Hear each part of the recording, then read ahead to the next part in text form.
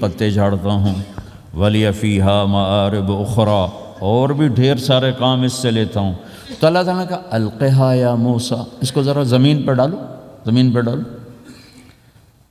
موسیٰ علیہ السلام نے زمین پہ ڈالا، فَإِذَا هِيَ حَيَّةٌ تَسْعَىٰ، وہ یوں اٹھا اور ایک خوفناک سانپ بنا، لمبائی میں بڑے سانپ کی طرح جو افریقہ میں ہوتا ہے، جو پورا بکرا کھا جاتا ہے، پورا ہرن کھا جاتا ہے، اور تیز رفتاری میں جان کی طرح ایک چھوٹا سا سانپ ہوتا ہے، بہت تیز چلتا ہے، اور زہر میں حیہ کی طرح۔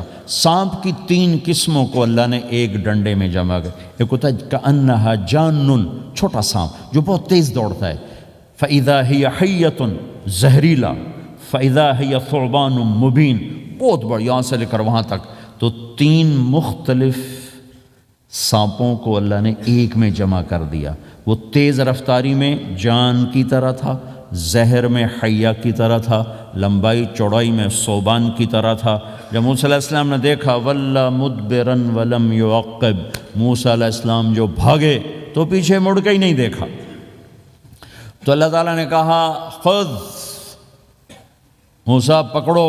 کہا اللہ میں نہیں پکڑتا، بھاگے جا رہے، یہ بات بھاگے بھاگے ہو رہی، کھڑے ہو کے نہیں ہو رہی، بھاگ رہے ہیں، اوپر سے آواز آ رہی پکڑو گا، بابا میں نہیں پکڑتا۔ اب اللہ تعالیٰ ہمیں قصہ موسیٰ علیہ السلام کا قصہ قرآن کے 28 پاروں میں موجود، اتنا اس کو اللہ نے دہرایا، اتنا دہرایا۔ سب سے زیادہ موسیٰ علیہ السلام کا نام قرآن میں آیا ہے نبیوں میں سے، 136 دفعہ موسیٰ علیہ السلام کا اللہ تعالیٰ نے قرآن میں ذکر فرمایا، نام کے ساتھ، نام کے ساتھ۔ پھر کہا خذھا ولا تخف، موسیٰ پکڑو، ڈرو نہیں، سنعیدھا سیرتھا الاولی، واپس ڈنڈا بناؤں گا۔ کہا یا اللہ میں نہیں پکڑتا، مجھے کھائے گا، مجھے کھائے گا۔ وہ بھاگے جا رہا ہے، آخر اللہ تعالیٰ نے کہا خذ انک من الآمنین، موسیٰ میں گارنٹر ہوں، کچھ نہیں کہے گا، گارنٹی دیتا ہوں۔ اللہ کی گارنٹی پر کھڑے ہوئے، وہ ایسا منہ کھول کے آ رہا ہے۔ تو اب چلو اللہ تعالیٰ کہتے ہیں پیچھے سے پکڑ لو، دم سے پکڑ لو تو کوئی مسئلہ نہیں تھا، کہ نہیں منہ سے پکڑو۔ اب موسیٰ علیہ السلام نے ایسے اوپر ایک چھوٹا سا کپڑا تھا، یوں اوپر کر لیا۔ تو اللہ تعالیٰ نے کہا یہ کیا کر رہے ہو؟ کہا جی مجھے اس سے ڈر لگ رہا۔ کہا تیرا ڈر ہی تو نکالنا ہے، کہ یہ کچھ نہیں، سب کچھ تیرے اللہ کا ارادہ ہے، یہ کچھ نہیں، ورنہ یہ کپڑا تمہیں بچا لے گا، تمہیں ویسے ہی سارا نکل جائے گا۔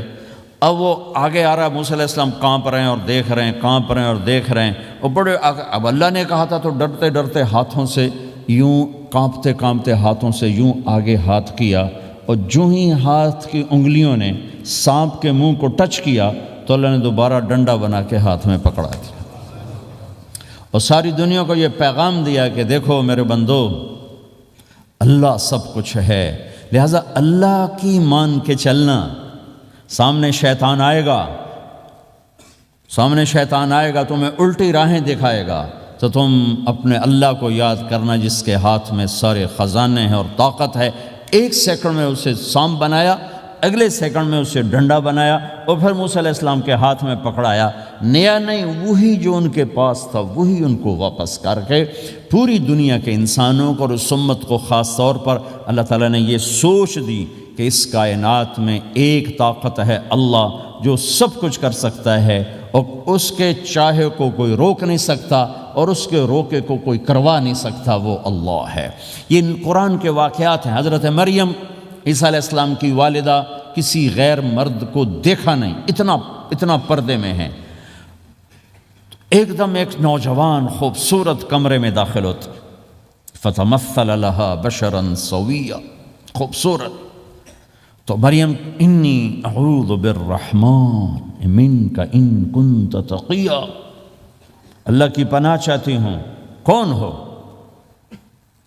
کہ ڈرو نہیں، انما انا رسول ربک، میں مرد نہیں، فرشتہ ہوں، انسان نہیں، تیری کوئی حاجت نہیں، میرے پاس کیا کرنے ہو؟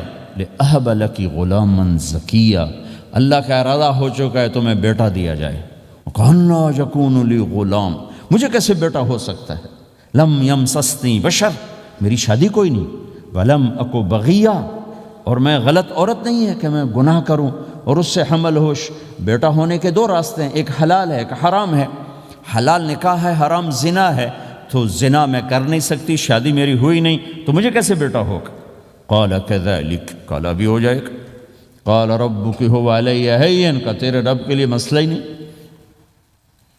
وَلِنَجْعَلَهُ آيَةً لِلنَّاسِ، وہ ایک نشانی ہوگا، وَرَحْمَةً مِنَّا، ایک اللہ کی رحمت ہوگا، وَكَانَ أَمْرًا مَقْضِيًّا، مریم تیرے دنیا میں آنے سے پہلے ہی اللہ فیصلہ کر چکا تھا کہ تجھے بغیر شادی کے ہی بیٹا دینا ہے۔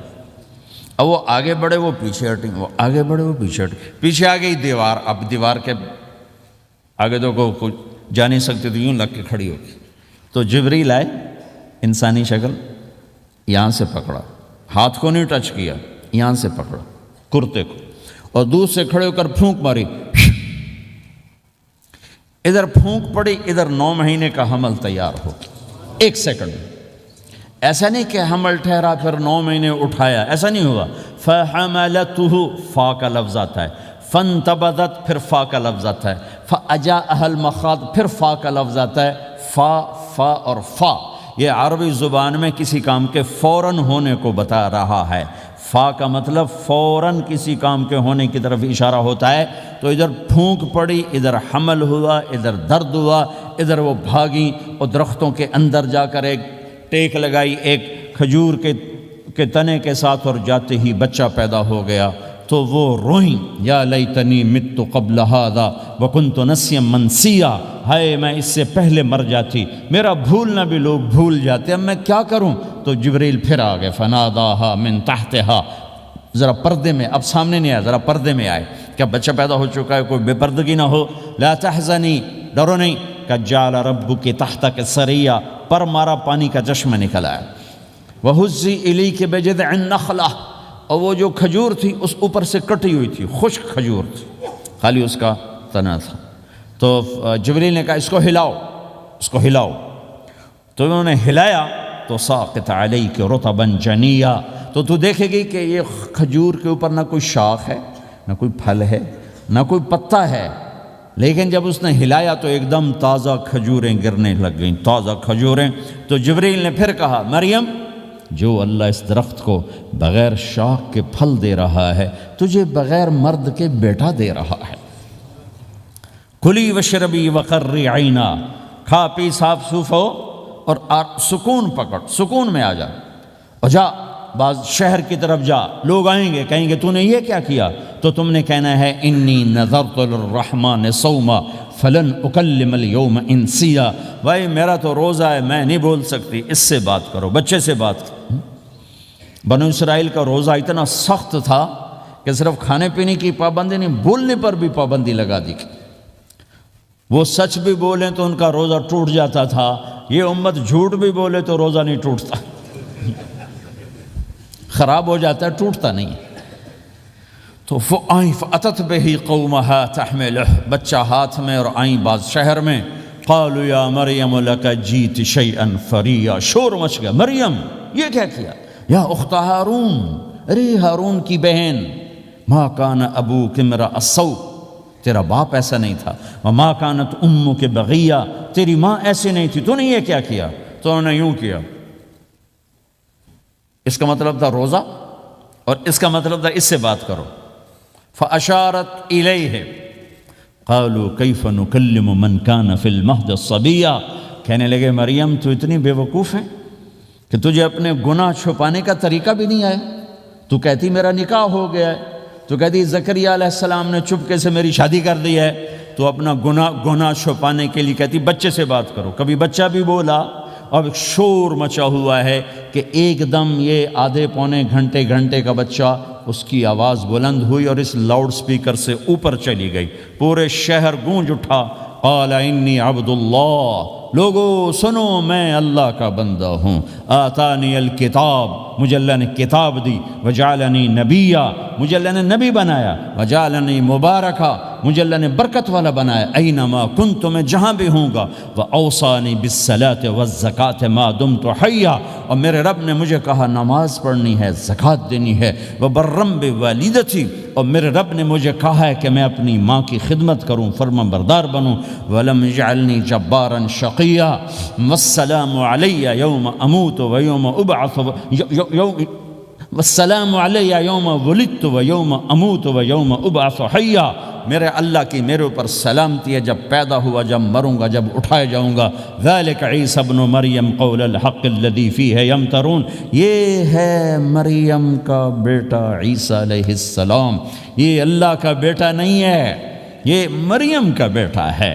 اللہ تعالیٰ نے پورے قرآن میں کسی عورت کا نام نہیں لیا۔ عورت کو ایسا پردے کی چیز اللہ تعالیٰ نے بنایا ہے کہ اتنی عورتوں کا ذکر قرآن میں کیا، کسی کا نام نہیں ذکر کیا سوائے حضرت مریم کے نام، باقی سب کو امرات العزیز، امرات فرعون، امرات نوح، امرات کے ساتھ گورنر کی بیوی، فرعون کی بیوی، نوح کی بیوی، لوط کی بیوی، اللہ نام بھی لے سکتا تھا۔ مصر کے گورنر کی بیوی تو اللہ زلیخا بھی کہہ دیتا، زلیخا نہیں کہا۔ فرعون کی بیوی اللہ آسیہ کہہ دیتا، آسیہ نہیں کہا، صرف ایک عورت کا نام آیا ہے، وہ ہے حضرت مریم علیہ السلام۔ حضرت مریم کا نام اللہ نے اس لیے واضح کیا کہ ایک بہت بڑے طبقے نے اللہ پہ الزام لگایا کہ عیسیٰ علیہ السلام اللہ کا بیٹا ہے، تو اللہ تعالیٰ نے کہا نہیں، اللہ کا نہیں، مریم کا بیٹا ہے، اللہ کا نہیں، مریم کا بیٹا ہے۔ متخذ صاحبۃ ولا ولدا، نہ میری کوئی بیوی ہے نہ بچہ ہے۔ لم یکن لہ شریک فی الملک، نہ کہ اس کا شریک ہے۔ ولم یکن لہ ولی من الذل، نہ کہ اس کا مددگار ہے۔ فکبرہ تکبیرا، اس ایک اللہ کی کبریائی بڑائی کے گن گا، گیت گا، دل میں بٹھا، دل میں بٹھا، دل میں بٹھا، تاکہ سارا وجود اس کے آگے ڈھلتا جائے، چلتا جائے۔ یہ واقعات یہ ذہن بناتے ہیں کہ اس کائنات میں وہ ہوتا ہے جو اللہ چاہتا ہے، وہ ہوگا جو اللہ چاہے گا، وہ ہوا جو اللہ نے چاہا۔ ساری دنیا کے انسان جو چاہتے ہیں اللہ کے بغیر نہیں کر سکتے، اللہ جو چاہتا ہے ہم سب کے بغیر کر دیتا ہے۔ یہ ذہن بنا کر پھر اللہ اس بات پہ لاتا ہے جب سب کچھ تیرے اللہ کے ہاتھ میں ہے تو اللہ کی مان کے چل کہ یہ تیرے پاس تھوڑی سی زندگی ہے، جیسے اللہ نے اس کائنات کو بنایا ہے ایسے ہی اس کائنات کو توڑنے والا ہے۔ ایک دن آئے گا، ازفت الازفہ، وہ قریب آ چکا ہے۔ لیس لہا من دون اللہ کاشفہ، اسے کوئی روک نہیں سکتا، ہٹا نہیں سکتا، وہ آئے گا۔ لا تأتیکم الا بغتہ، وہ اچانک آئے گا۔ وہ کیسے آئے گا؟ فَإِذَا نُفِخَ فِي الصُّورِ نَفْخَةٌ وَاحِدَةٌ، ایک آواز آئے گی بڑی خوفناک۔ ہے کیا عجب دن ہوگا، شب جمعہ آئے گی، جمعہ کی رات آئے گی، کسی کو نہیں خبر کہ آج کائنات کی آخری رات۔ پرندے واپس گئے ہوں گے اپنے درختوں پر، گھونسلوں پر، شیر اپنے ٹھکانوں پر، چیتے اپنے ٹھکانوں پر، بھیڑیے اپنے ٹھکانوں پر، بکریاں، اونٹ، گائے، بھینس اپنے اپنی جگہ پر۔ اور اگر یہ بولٹن اس وقت موجود ہوگا تو بولٹن کے باشندے سوئے ہوں گے اپنے گھروں میں، کوئی ادھر تیاری کہ میں نے جاب پہ جانا ہے، یہ میرا سامان پڑا ہے، میں نے اسکول جانا ہے، یہ میری کتابیں پڑھی ہیں، میں نے آفس جانا ہے، یہ میری فائلیں پڑھی، میرا لیپ ٹاپ پڑا ہوا ہے۔ یہ سب کچھ جیسے آج کی رات ہے ایسے ہی ایک رات آئے گی۔ دن جدا ہو کر کہے گا کہ میں کل آؤں گا، رات جدا ہو کر کہے گی میں تیرے بعد آؤں گی، اور تارے چاند ستارے بھی ابھر کر نکل کر کہیں گے ہم نے کل بھی نکلنا ہے اور ہم نے کل بھی طلوع ہونا ہے۔ سورج بھی غروب ہوتے ہوئے یہ سوچ رہا ہوگا کہ کل میں نے پھر بھی نکلنا ہے، اور چاند بھی سوچ رہا ہوگا کہ میں نے اگلے دن بھی نکلنا ہے، لیکن اللہ کے سوا فرشتوں تک کو نہیں پتا کہ آج آخری دن آ چکا ہے۔ اور میرے نبی نے عجب نقشہ کھینچا ہے قیامت کے دن کا۔ ہم نے کہا عورت روٹی پکا رہی ہوگی، اس کے ہاتھ میں روٹی ہوگی۔ اب تو یہاں روٹی پکانے کا رواج بہت کم ہو گیا، لیکن پھر بھی پکاتے ہیں۔ روٹی پکا رہی ہوگی، اس کے ہاتھ میں روٹی ہوگی، ابھی توے پہ ڈالنے جا رہی ہوگی۔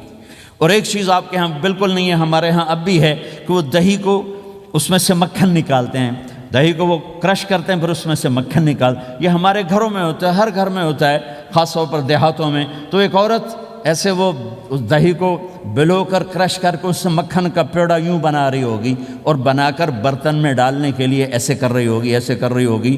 یہ تہذیب اب آپ تو سمجھ نہیں سکتے چونکہ آپ تو ادھر کے لوگ بن گئے اب، تو ہمارے دیہاتوں میں اب بھی یہ تہذیب ایسے کر رہی ہوگی، ایسے کر رہی ہوگی۔ اور پھر آپ نے فرمایا کہ ایک آدمی اپنے اونٹ کو چارہ ڈالنے کے لیے اس جگہ کو صاف کر رہا ہوگا کہ میں صبح ہو گئی ہے، میں اونٹ کو چارہ ڈالوں اور پھر میرا اونٹ کھائے، پھر اس کو لے کر میں کام پہ جاؤں، اور دکاندار جھاڑو دے کر اپنی سیٹ پہ بیٹھ چکا ہے اور گاہک انٹر ہوتا ہے اور اسے کہتا ہے کہ 10 میٹر مجھے کپڑا چاہیے، اور اس کے لیے یوں کپڑا ناپ رہا ہے، ناپ کے 10 میٹر 5 میٹر 4 میٹر 2 میٹر پر اس نے یوں کینچی رکھی، کینچی یہاں ہے، اور اس نے جیب سے پیسے نکالے اور گننے لگا کہ میں نے اس کو 100 پاؤنڈ دینا ہے، وہ گننے میں لگا ہوا ہے، یہ کاٹنے میں لگا ہوا ہے، اور دور کھیت میں ایک آدمی ہل چلا رہا ہے، اور ایک آدمی بیج ہاتھ میں لے کے یوں پھینکنے جا رہا ہے، اور ایک آدمی پانی لگانے کے لیے اس پانی کو ڈائیورٹ کر رہا ہے، اور ادھر بازار میں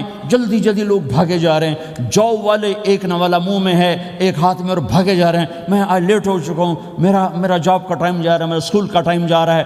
یہ ایسا ہی ایک سما ہوگا، بولٹن اٹھے گا، انگلینڈ اٹھے گا، امریکہ اٹھے گا، ایشیا اٹھے گا، یورپ اٹھے گا، افریقہ اٹھے گا، ہندوستان اٹھے گا، پاکستان اٹھے گا، Burma, Malaysia, Thailand, Indonesia اسی طرح اٹھیں گے جیسے روزانہ اٹھتے ہیں، پر اللہ کے سوا کسی کو نہیں پتہ کہ آج شام ہو گئی ہے۔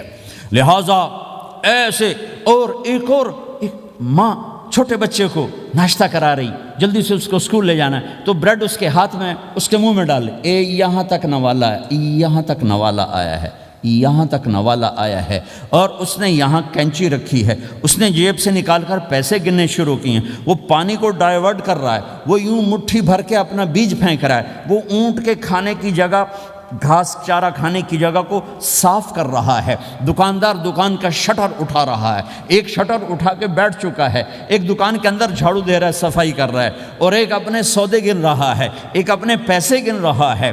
بادشاہ سلامت تاج پہن کر اپنے تخت کو چلنے کے لیے روانہ ہو رہے ہیں، اور آگے پیچھے ان کے باڈی گارڈز کھڑے ہوئے ہیں، اور وہ پورا اسکواڈ کھڑا ہوا ہے، اور ادھر بازار میں، کھیت میں، ہر چیز میں ایک رونق ہے، چہل پہلے، چڑیاں چوں چوں کر رہی ہیں، کوے کائیں کائیں کر رہے ہیں، فاختہ اڑ کے آ رہی، کبوتر اڑ کے آ رہے ہیں، چیل اڑ کے آ رہی، شیر نکلتا ہے شکار کے لیے، چڑیاں نکلتی ہیں دھانے کے لیے، سانپ نکلتا ہے چوہے کے لیے، چوہا نکلتا ہے اپنی غذا کے لیے، بلیاں نکلتی ہیں چھیچڑے کے لیے، کتے نکلتے ہیں ہڈیوں کے لیے، انسان نکلتا ہے روٹیوں کے لیے، کہ ایک دم فَإِذَا جَاءَتِ الطَّامَّةُ الْكُبْرَىٰ، ایک دھماکہ ہوگا، ہائے، اور وہ کینچی والے کی کینچی یوں گر جائے گی، کپڑا یوں گر جائے گا، نوٹ والے کے ہاتھ سے نوٹ یوں بکھر جائیں گے، بٹوا یوں بکھر جائے گا، بیج والے کا ہاتھ یوں گرے گا، بیج وہیں گر جائے گا، نوالا بنانے والی کے ہاتھ میں نوالا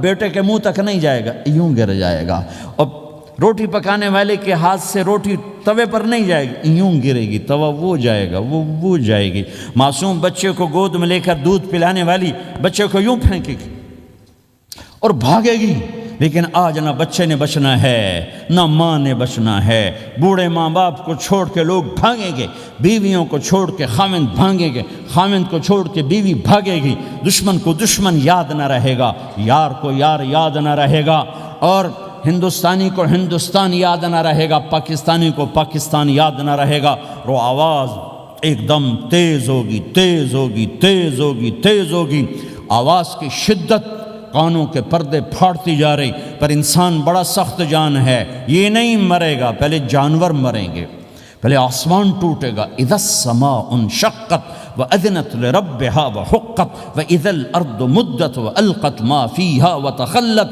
وَأَذِنَتْ لِرَبِّهَا وَحُقَّتْ، وہ آسمان پھٹا، اذا الشمس قُوِّرَتْ، وہ سورج ختم ہوا، وَإِذَا النُّجُومُ انْكَدَرَتْ، وہ ستارے جھڑ گئے ٹوٹ گئے، وَإِذَا الْجِبَالُ سُيِّرَتْ، پہاڑ ریت بن گئے، وَإِذَا الْعِشَارُ عُطِّلَتْ، جانور منہ اٹھا کے بھاگ پڑے، اذا السماء انفطرت، آسمان پھٹا، وَإِذَا الْكَوَاكِبُ انتثرت، ستارے ٹوٹے، وَإِذَا الْبِحَارُ فُجِّرَتْ، سمندروں میں آگ لگ گئی، وَإِذَا الْقُبُورُ بُعْثِرَتْ، قبریں اکھڑ گئیں، انسان ادھر بھاگا، ہر چیز کو تباہ ہوتے دیکھ رہا ہے، پہاڑ ریت بن رہے ہیں، جنگلوں میں آگ لگ رہی ہے، سمندروں میں آگ لگ رہی ہے، آنکھوں کے سامنے سورج کو بکھرتا دیکھیں گے، اندھا ہوتا جہان، چاند ٹکڑے ٹکڑے، تارے ٹکڑے ٹکڑے، آسمان ٹکڑے ٹکڑے، اور ان کی ایسی سخت جان، یہ سب دیکھیں گے۔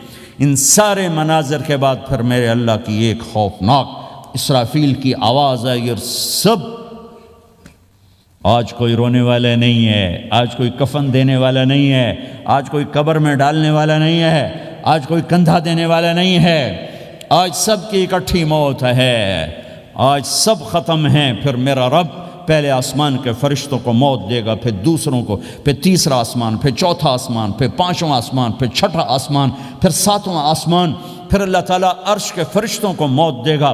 پھر اللہ تعالیٰ فرمائے گا جبریل میکائیل مر جائیں، تو اللہ تعالیٰ کا عرش سفارش کرے گا، یا اللہ جبریل میکائیل تو نہ مریں، ان کو تو بچا لے۔ تو اللہ تعالیٰ فرمائیں گے اسکت فقط کتبت الموت علی من کان تحت عرشی، خاموش رہو، میرے عرش کے نیچے سب نے مرنا ہے۔ جبریل مر جائے گا،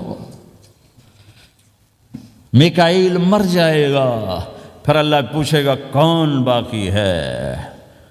تو وہ کہے گا یا اللہ اسرافیل جو پھونک رہا ہے وہ باقی ہے اور میں باقی ہوں۔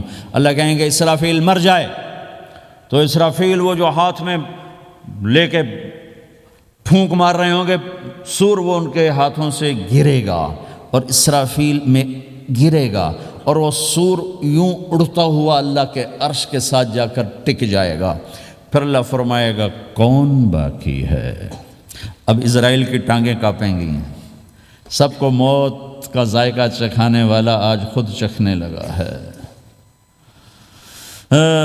کون باقی؟ یوں دھڑ دھڑ دھڑ دھڑ دھڑ دھڑ ٹانگیں، یا اللہ بس اب تو تیرا یہ غلام باقی ہے، باقی تو سب اتر گئے موت کے گھاٹ۔ تو میرا اللہ تعالیٰ کہے گا مت فَإِنَّكَ خَلْقٌ مِّن خَلْقِ، تو بھی مر جا، تو بھی میری ایک مخلوق ہے۔ او میرے بھائیو، اس مٹ جانے والی دنیا کے پیچھے اللہ کو ناراض نہ کرو۔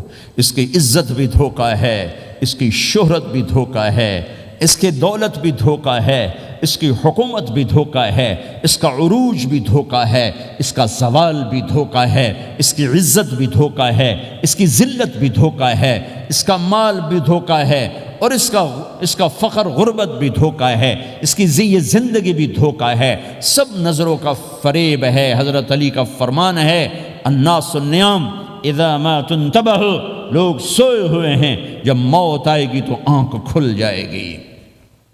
گھاٹے کا سودا کر کے نہ مرو، گھاٹے کا سودا کر کے نہ مرو، اللہ کو ناراض کر کے نہ مرو، سب چھوڑ کے جانے والے ہیں، سب چھوٹنے والا ہے، لہذا اللہ کو ساتھ لے لو، اللہ کو ساتھ لے لو، اللہ کو ساتھ لے لو۔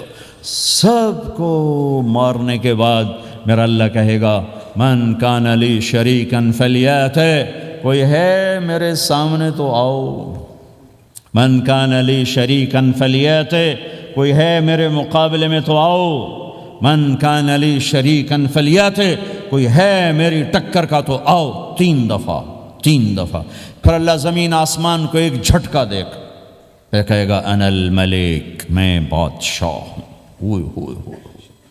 پھر دوسرا جھٹکا دے گا، پھر کہا انا القدوس السلام المومن، میں ہوں قدوس السلام مومن۔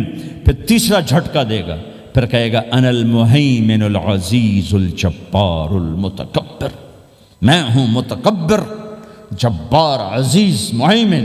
پھر اللہ تعالیٰ کہے گا این الملوک، بادشاہ کہاں ہے؟ این الملوک، بادشاہ کہاں ہے؟ این المتکبرون، وہ تکبر کرنے والے کہاں ہیں؟ این الجبارون، ظالم کہاں ہیں؟ این المتکبرون، تکبر والے کہاں ہیں؟ کوئی ہو تو جواب دے۔ پھر اللہ تعالیٰ کہے گا لمن الملک اليوم، آج کون ہے بادشاہ، آج کس کی ہے بادشاہی؟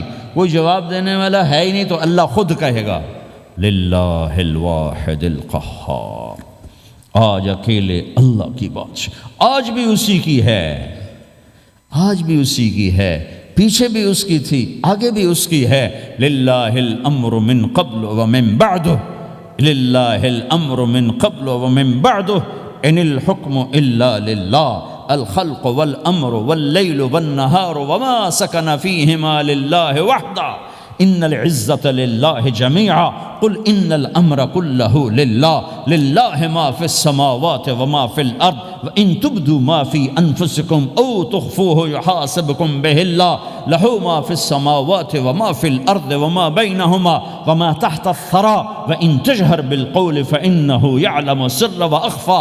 وہ کون ہے؟ اللہ. وہ کیسا ہے؟ لا الہ الا ہو. صفات کیسی ہیں؟ لہ الاسماء الحسنی. یہ میرے رب کا پیغام ہے پوری دنیا کے انسانوں کے لیے کہ یہ دنیا امتحان کی جگہ ہے. نہ اپنی مرضی سے آئے ہو، نہ اپنی مرضی سے مرتے ہو، نہ اپنی مرضی سے جیتے ہو، نہ اپنی مرضی سے جاتے ہو. لہٰذا اس 4 دن کی زندگی میں تمہیں ٹیسٹ میں ڈالا گیا ہے. اللہ کو راضی کرتے ہو، شیطان کو راضی کرتے ہو. اللہ کو مناتے ہو، شیطان کے پیچھے چلتے ہو. اللہ کو مناتے ہو، اپنی طبیعت اور اپنی طبیعت کے غلام بنتے ہو. یہ میرا اور آپ کا امتحان ہے. لا الہ الا اللہ میں ایگریمنٹ ہے، یا اللہ تیری مان کے چلیں. لا الہ الا اللہ ایگریمنٹ ہے، یا اللہ تیری مان کے چلیں. کیسے تیری مان کے چلیں گے؟ اگلا حصہ ہے محمد الرسول اللہ. تیرے حبیب کے طریقے پر چلیں گے. اللہ کو راضی کرنے کا ایک ہی راستہ ہے. عرب کے لیے، عجم کے لیے، کالے کے لیے، گورے کے لیے، سید کے لیے، قریشی کے لیے، ہاشمی کے لیے، پٹھان کے لیے، راجپوت کے لیے، گجراتی کے لیے، ملائی کے لیے، تھائی کے لیے، انڈین کے لیے، سب کے لیے ایک راستہ ہے، ایک راستہ ہے، ایک راستہ ہے. وہ ہے محمد الرسول اللہ.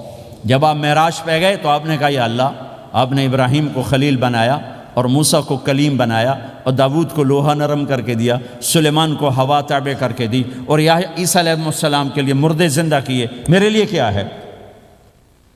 تو اللہ تعالیٰ نے فرمایا اولیس قد آتیتک افضل من ذلک کلہ. میرے محبوب، میں نے آپ کو وہ دیا ہے جو کسی کو نہیں دیا.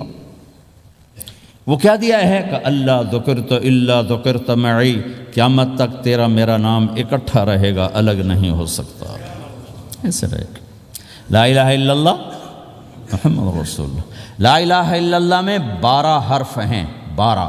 محمد رسول اللہ میں 12 حرف ہیں. لا الہ الا اللہ 12 حرفوں سے بنا ہے.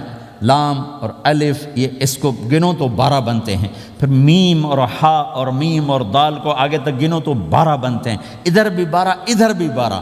پھر حرف کی 2 قسمیں ہیں، ایک نقطے والے، ایک بغیر نقطے والے. نقطے والے حرف کمزور ہوتے ہیں، بغیر نقطے والے حرف طاقتور ہوتے ہیں. کہ نقطے والا حرف اپنا مطلب بنانے کے لیے نقطے کا محتاج بن جاتا ہے، اور جو بغیر نقطے والا ہوتا ہے وہ اپنا مطلب بتانے کے لیے نقطے کا محتاج نہیں ہوتا. جیم کمزور ہے، ہا طاقتور ہے.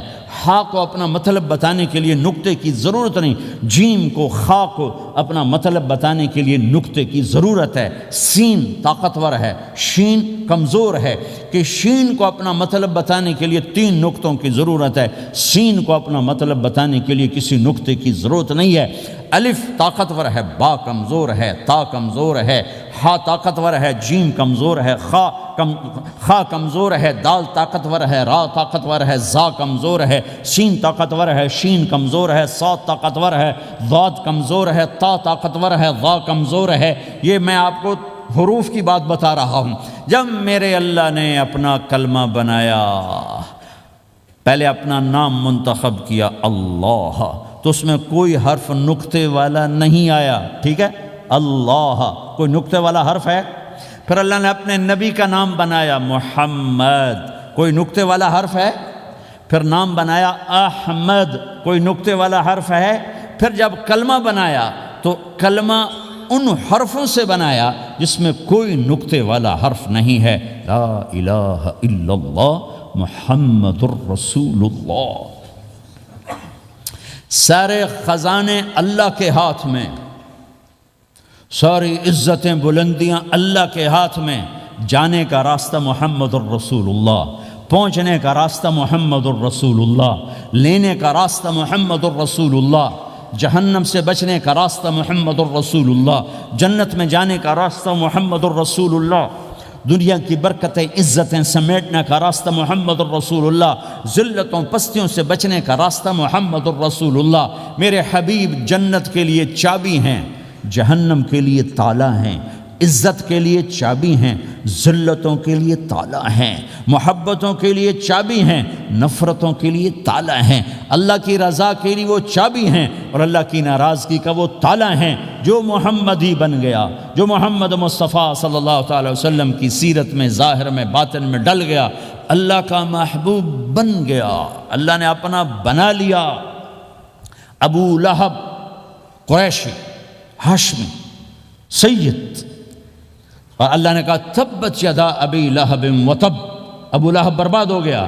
بلال حبشی، حبشی کا بیٹا، غلام، غلام کا بیٹا، کالا، کالے کا بیٹا، لیکن میرے نبی نے فرمایا جب میں جنت میں جاؤں گا تو میری سواری کی رسی بلال کے ہاتھ میں ہوگی، جو میرے ساتھ ساتھ چلے گا، میرے ساتھ ساتھ چلے گا، اور اس دن تم بلال کی شان دیکھنا، سید قریشی سب دیکھتے رہ جائیں گے، اور ایک غلام سب سے بازی لے جائے گا کہ جب سارے جنتی جنت کے دروازوں پر کٹھے ہوں گے تو ایسے جنت کے 8 گیٹ ہیں، وہ سارے بند ہوں گے، سب بند ہوں گے، تو کہیں گے اندر کیسے جائیں؟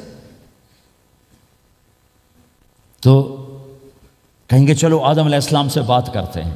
آدم علیہ السلام سے عرض کریں گے جناب ابا جان، دادا جان، دروازہ تو کھلوائیں۔ وہ کہیں گے بچوں میں نے تمہیں نکالا تھا، میں ڈال نہیں سکتا، جاؤ بھائی کسی اور سے بات کر۔ اب آئیں گے نوح علیہ السلام، بابا میں نہیں کر سکتا۔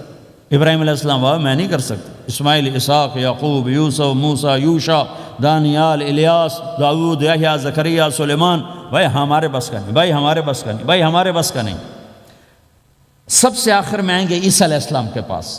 اگر اللہ چاہتا تو سیدھا ہمارے نبی کے پاس پہنچا دیتا، لیکن اللہ اپنے نبی کی شان دکھانا چاہتا ہے کہ میرا نبی کتنی شان والا ہے، کتنی عزت والا ہے، جس کی سنت کو تم پھینک دیتے ہو، سنت کی کوئی بات نہیں۔ 1 پاؤنڈ پھینکتے ہو کہ 1 پاؤنڈ گر گیا، کوئی بات نہیں، کہ 1 پاؤنڈ کو بھی ڈھونڈتے پھرتے ہو، سنت کوئی بات نہیں، پاؤنڈ نہیں۔ ہمارا پاکستانی 172 سے ضرب لائے گا، ہندوستانی 100 سے ضرب لگائے گا، پتہ نہیں کیا کیا کرے گا، ہیں تو اللہ تعالیٰ سب کو بھلا دے گا۔ آدم سے کہانی شروع ہوگی، چلتے چلتے چلتے عیسیٰ علیہ السلام، پھر عیسیٰ علیہ السلام ایک بات کا اضافہ کریں، کہ بابا میں نہیں کھلوا سکتا، لیکن آج میں تمہیں پتہ بتا سکتا ہوں کون کھلوائے گا، یہ کوئی نبی نہیں کہے گا۔ تو کہیں گے جی بتاؤ، کہیں گے جاؤ محمد الرسول اللہ صلی اللہ علیہ وسلم کی خدمت میں، ان کے سوا آج کوئی نہیں کھلوا سکتا۔ سارا مجمع آئے گا، یا رسول اللہ، یا حبیب اللہ، یا نبی اللہ، تھک گئے ہم، جنت کے دروازے بند ہیں، دروازہ کھلوائیں تو آپ کہیں گے انا لہو، ہاں میں ہی کھلواؤں گا، میں ہی کھلواؤں گا۔ پھر آپ نے فرمایا میں سب کے سامنے سجدہ کروں گا اللہ تعالیٰ کو، پھر اللہ تعالیٰ اپنی تعریف کا مجھے الہام کرے گا، میں اللہ کی تعریف کروں گا، جو ابھی مجھے بھی نہیں پتا کیا تعریف کروں گا، اس وقت اللہ تعالیٰ مجھے عطا کرے گا۔ پھر میرا اللہ کہے گا یا حبیبی یا محمد ارفع رأسک سل تعطا اشفع تشفع، اے میرے حبیب، اے میرے محبوب، سر اٹھا، سوال کر، پورا ہوگا، سفارش کر، مانی جائے گی۔ تو ہمارے نبی کہیں گے اللہ جنت کا دروازہ کھول، تو اللہ تعالیٰ فرمائیں گے اوپننگ سیریمنی تجھ سے ہوگی، تو اوپننگ کرے گا پھر کھلے گا، ایسے نہیں کھل سکتا۔ تو کہ میں تیار ہوں۔ تو جنت سے ایک سواری آئے گی اڑتے ہوئے، اور ہیلی کاپٹر کی طرح لینڈ کرے گی اللہ کے نبی کے سامنے، تو آپ اس کے اوپر ایسے بیٹھ جائیں گے، تو اس کی جو رسی ہوتی ہے جس سے اس کو چلایا جاتا ہے، وہ رسی ایسے نیچے گر جائے گی۔ رسی کے نیچے گرنے کا مطلب ہے کہ اس سواری کو اللہ کے نبی نے خود نہیں چلانا، کوئی اور آئے گا جو رسی پکڑ کے چلے گا۔ اب اللہ کے نبی کی سواری کی رسی پکڑ کے چلنا یہ کوئی چھوٹا آنر تو ہے نہیں، لہٰذا سب یوں دیکھیں گے بھیا، چونکہ وہ خالی اس سے سب کو پتہ چل جائے گا کہ کوئی آئے گا، ورنہ اللہ کے نبی کے ہاتھ میں رہتی ایسے گئی، تو لہٰذا سب ایسے دیکھیں کون کون کون کون آئے گا بھائی، کون آئے گا بھائی، شاید ابو بکر آئیں، یہ تو اپنی طرف سے کہہ رہا ہوں، شاید عمر آئیں، عثمان آئیں، علی آئیں، نہیں بیٹے آئیں گے، حسن حسین آئیں گے، کتنے سوال اٹھ سکتے، جعفر آئیں گے، حمزہ آئیں گے، عباس آئیں گے، سب اس حیرانی میں ہوں گے، اور سب کی نظریں ایسے ایسے ہوں گی کہ میرے اللہ کا فرمان ہوگا بلال حبشی کو لایا جائے، یہ رسی اس کو پکڑائی جائے۔ بلال رضی اللہ تعالیٰ عنہ اللہ کے نبی کی سواری کی رسی پکڑ کر چلیں گے، اور آپ نے فرمایا میں سب سے پہلے جنت کے دروازے پر دستک دوں گا، فَأُقَعْقِعَهَا فَيُفْتَحُ لِي، میرے لیے دروازے پر دستک دوں گا تو اندر سے آواز آئے گی، کون؟ میں کہوں گا محمد الرسول اللہ وہ کہیں گے یا رسول اللہ حکم تھا آپ کے بغیر دروازہ نہ کھلے، میں کھولوں گا، میرے لیے کھلے گا، میں اندر جاؤں گا۔ تو آپ نے فرمایا میرے ساتھ میری امت کے غریب لوگ پہلے میرے ساتھ جنت میں داخل ہوں، میری امت کے غریب لوگ پہلے میرے ساتھ جنت میں داخل ہوں۔ پھر آپ نے ایک عجیب بات فرمائی کہ میں دیکھوں گا کچھ عورتیں مجھ سے آگے نکل جائیں گی، کچھ عورتیں مجھ سے آگے نکل جائیں گی، تو میں ان کو حیران ہو کر پوچھوں گا تم کون ہو جو اپنے نبی سے آگے جا رہی ہو؟ وہ کہیں گے یا رسول اللہ ہم وہ ہیں جو جوانی میں بیوہ ہو گئیں اور اپنے بچوں کی خاطر دوسری شادی نہ کی، ان کی تربیت کے لیے دوسری شادی نہ کی اور اپنے جذبات کو سینے میں دبا کے سو گئیں، ہم وہ ہیں۔ تو اللہ کے نبی نے فرمایا وہ مجھ سے بھی آگے گزر کے جائیں گی۔ ہمارے معاشرے میں کوئی بچی بیوہ ہو جائے، طلاق ہو جائے تو وہ ایک بوجھ بن جاتی، تو میرے نبی نے فرمایا تمہیں وہ صدقہ بتاؤں جس سے بڑھ کر کوئی صدقہ ہی نہیں ہے؟ آپ نے فرمایا کہ میں تمہیں وہ صدقہ بتاؤں جس سے بڑھ کے کوئی صدقہ نہیں ہے؟ تو انہوں نے کہا جی وہ کیا؟ کہا الابنۃ المردودہ، جس کی بیٹی کو طلاق ہو گئی یا جوانی میں بیوہ ہو گئی اور لوٹ کے ماں باپ کے پاس آ گئی، اس پہ خرچ کرنا سب سے بڑا صدقہ۔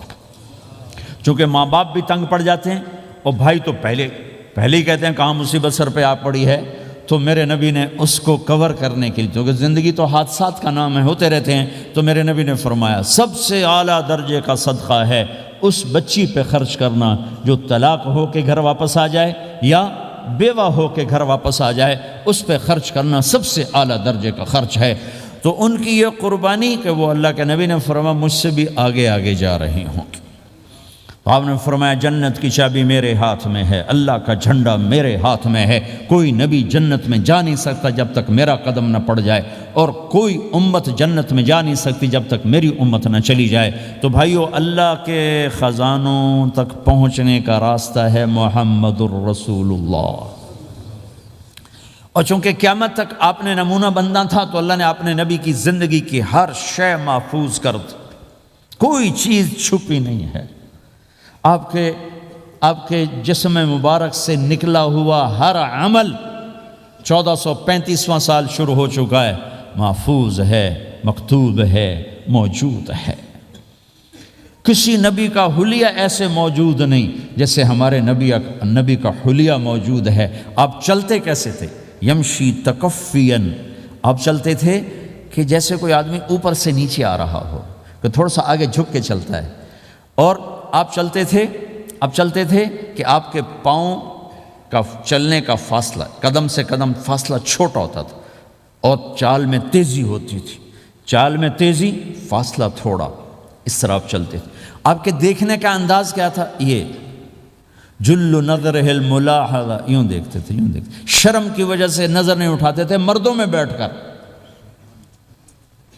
کبھی کبھی یوں آنکھ اٹھاتے تھے تو پھر کسی میں جرت نہیں ہوتی تھی کہ آپ کی آنکھوں میں آنکھیں ڈال کے دیکھ سکے، پھر سارے یوں ہو جاتے تھے، صرف 2 آدمی آپ کو دیکھ سکتے تھے۔ اس وقت جب آپ کی نظر اوپر ہوتی تھی تو 2 آدمی آپ کو دیکھ سکتے تھے، ایک ابو بکر اور ایک عمر، بس۔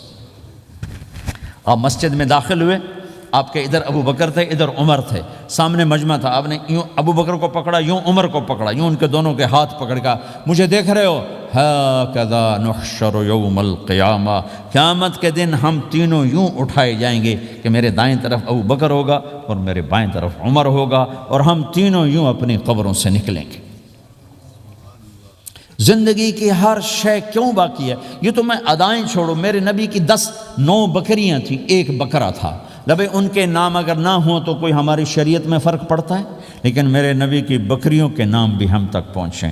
ایک کا نام تھا عجوہ، ایک کا نام تھا سقیہ، ایک کا نام تھا برکہ، ایک کا نام تھا ورثہ، ایک کا نام تھا زمزم، ایک کا نام تھا اطلال، ایک کا نام تھا اطراف، ایک کا نام تھا قمرا، غیثاء، یہ میرے نبی کی بکریوں کے نام ہیں۔ اور بکرا تھا، اس کا نام تھا یم، عجوہ، سقیہ، زمزم، برکہ، ورثہ، اطلال، اطراف، غیثاء، قمراء۔ اور اس میں آپ کی بکری قمراء آپ کی زندگی میں مر گئی تھی، اتنی ڈیٹیل بھی موجود ہے۔ آپ کے 2 گدھے تھے، ایک کا نام تھا عفیر، ایک کا نام تھا یعفور۔ جس دن آپ کا انتقال ہوا، یعفور پورے مدینے کی گلیوں میں روتا پھر رہا تھا، وہ چیختا پھر رہا تھا، یہاں تک کہ کنویں میں چھلانگ لگائی اور مر گیا۔ آپ کی 4 اونٹنیاں تھیں، عزبا، شہبا، جدعا، قصوا۔ اس میں جو آپ کی اونٹنی عزبا تھی، ادھر آپ کا انتقال ہوا اور ادھر اس نے بیٹھے بیٹھے رونا شروع کر دیا، اور چارہ بھی چھوڑ دیا، پانی بھی چھوڑ دیا، اور بیٹھے بیٹھے بھوکی پیاسی مر گئی۔ چارہ نہیں کھایا، پانی نہیں پیا۔ آپ کے 2 خچر تھے، ایک کا نام تھا دلدل، ایک کا نام تھا فضہ۔ آپ کے 2 اونٹ تھے، ایک کا نام تھا عسکر، ایک کا نام تھا ثعلب۔ گھوڑے آپ نے بہت رکھے، آئے گئے، ورد، یعصوب، یعبوب، مرتجل، لزاز، طراز، ثقب، سبحہ، ورد، یہ سجل، یہ میرے نبی کے خوبصورت عالی شان گھوڑے ہیں۔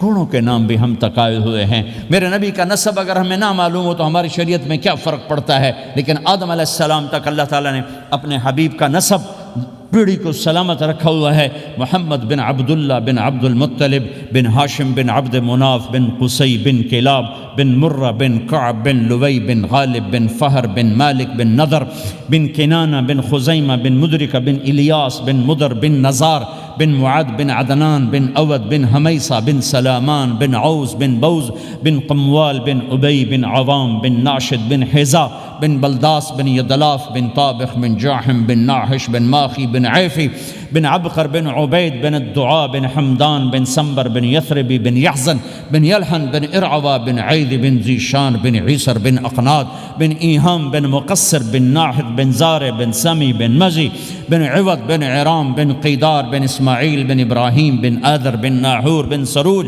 بن رعو بن فائج بن عابر بن ارفقشاد بن سام بن نوح بن لامک بن متوشال بن ادریس بن یرد بن ملہلیل بن قینان بن آنوش بن شیسر بن آدم علیہ السلام۔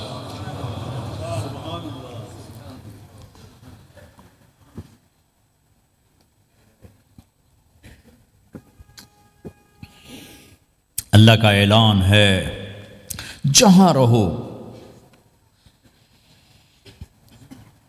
اللہ کے نبی کے طریقوں کو پکڑ کے رہو۔ اللہ تعالیٰ تک پہنچنے کا بس ایک ہی راستہ ہے، ایک ہی راستہ ہے، وہ ہے جناب رسول اللہ صلی اللہ تعالی علیہ وسلم کی مبارک زندگی۔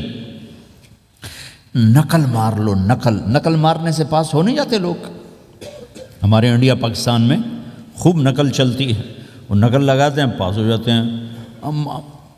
میں بھی ذمہ داروں کی اولاد، پڑھنے کا شوق نہیں تھا، ہمیشہ نقل مار کے ہی پاس ہوئے، کیونکہ پڑھنے کا شوق ہی نہیں تھا۔ ماں باپ نے ڈنڈا چڑھا دیا کہ ڈاکٹر بنانا ہے۔ مجھے کبھی زندگی بھر شوق نہیں ہوا کہ میں نے ڈاکٹر بننا۔ بھائیو، اپنے نبی کی نقل اتار لو، اللہ پاس کر دے گا۔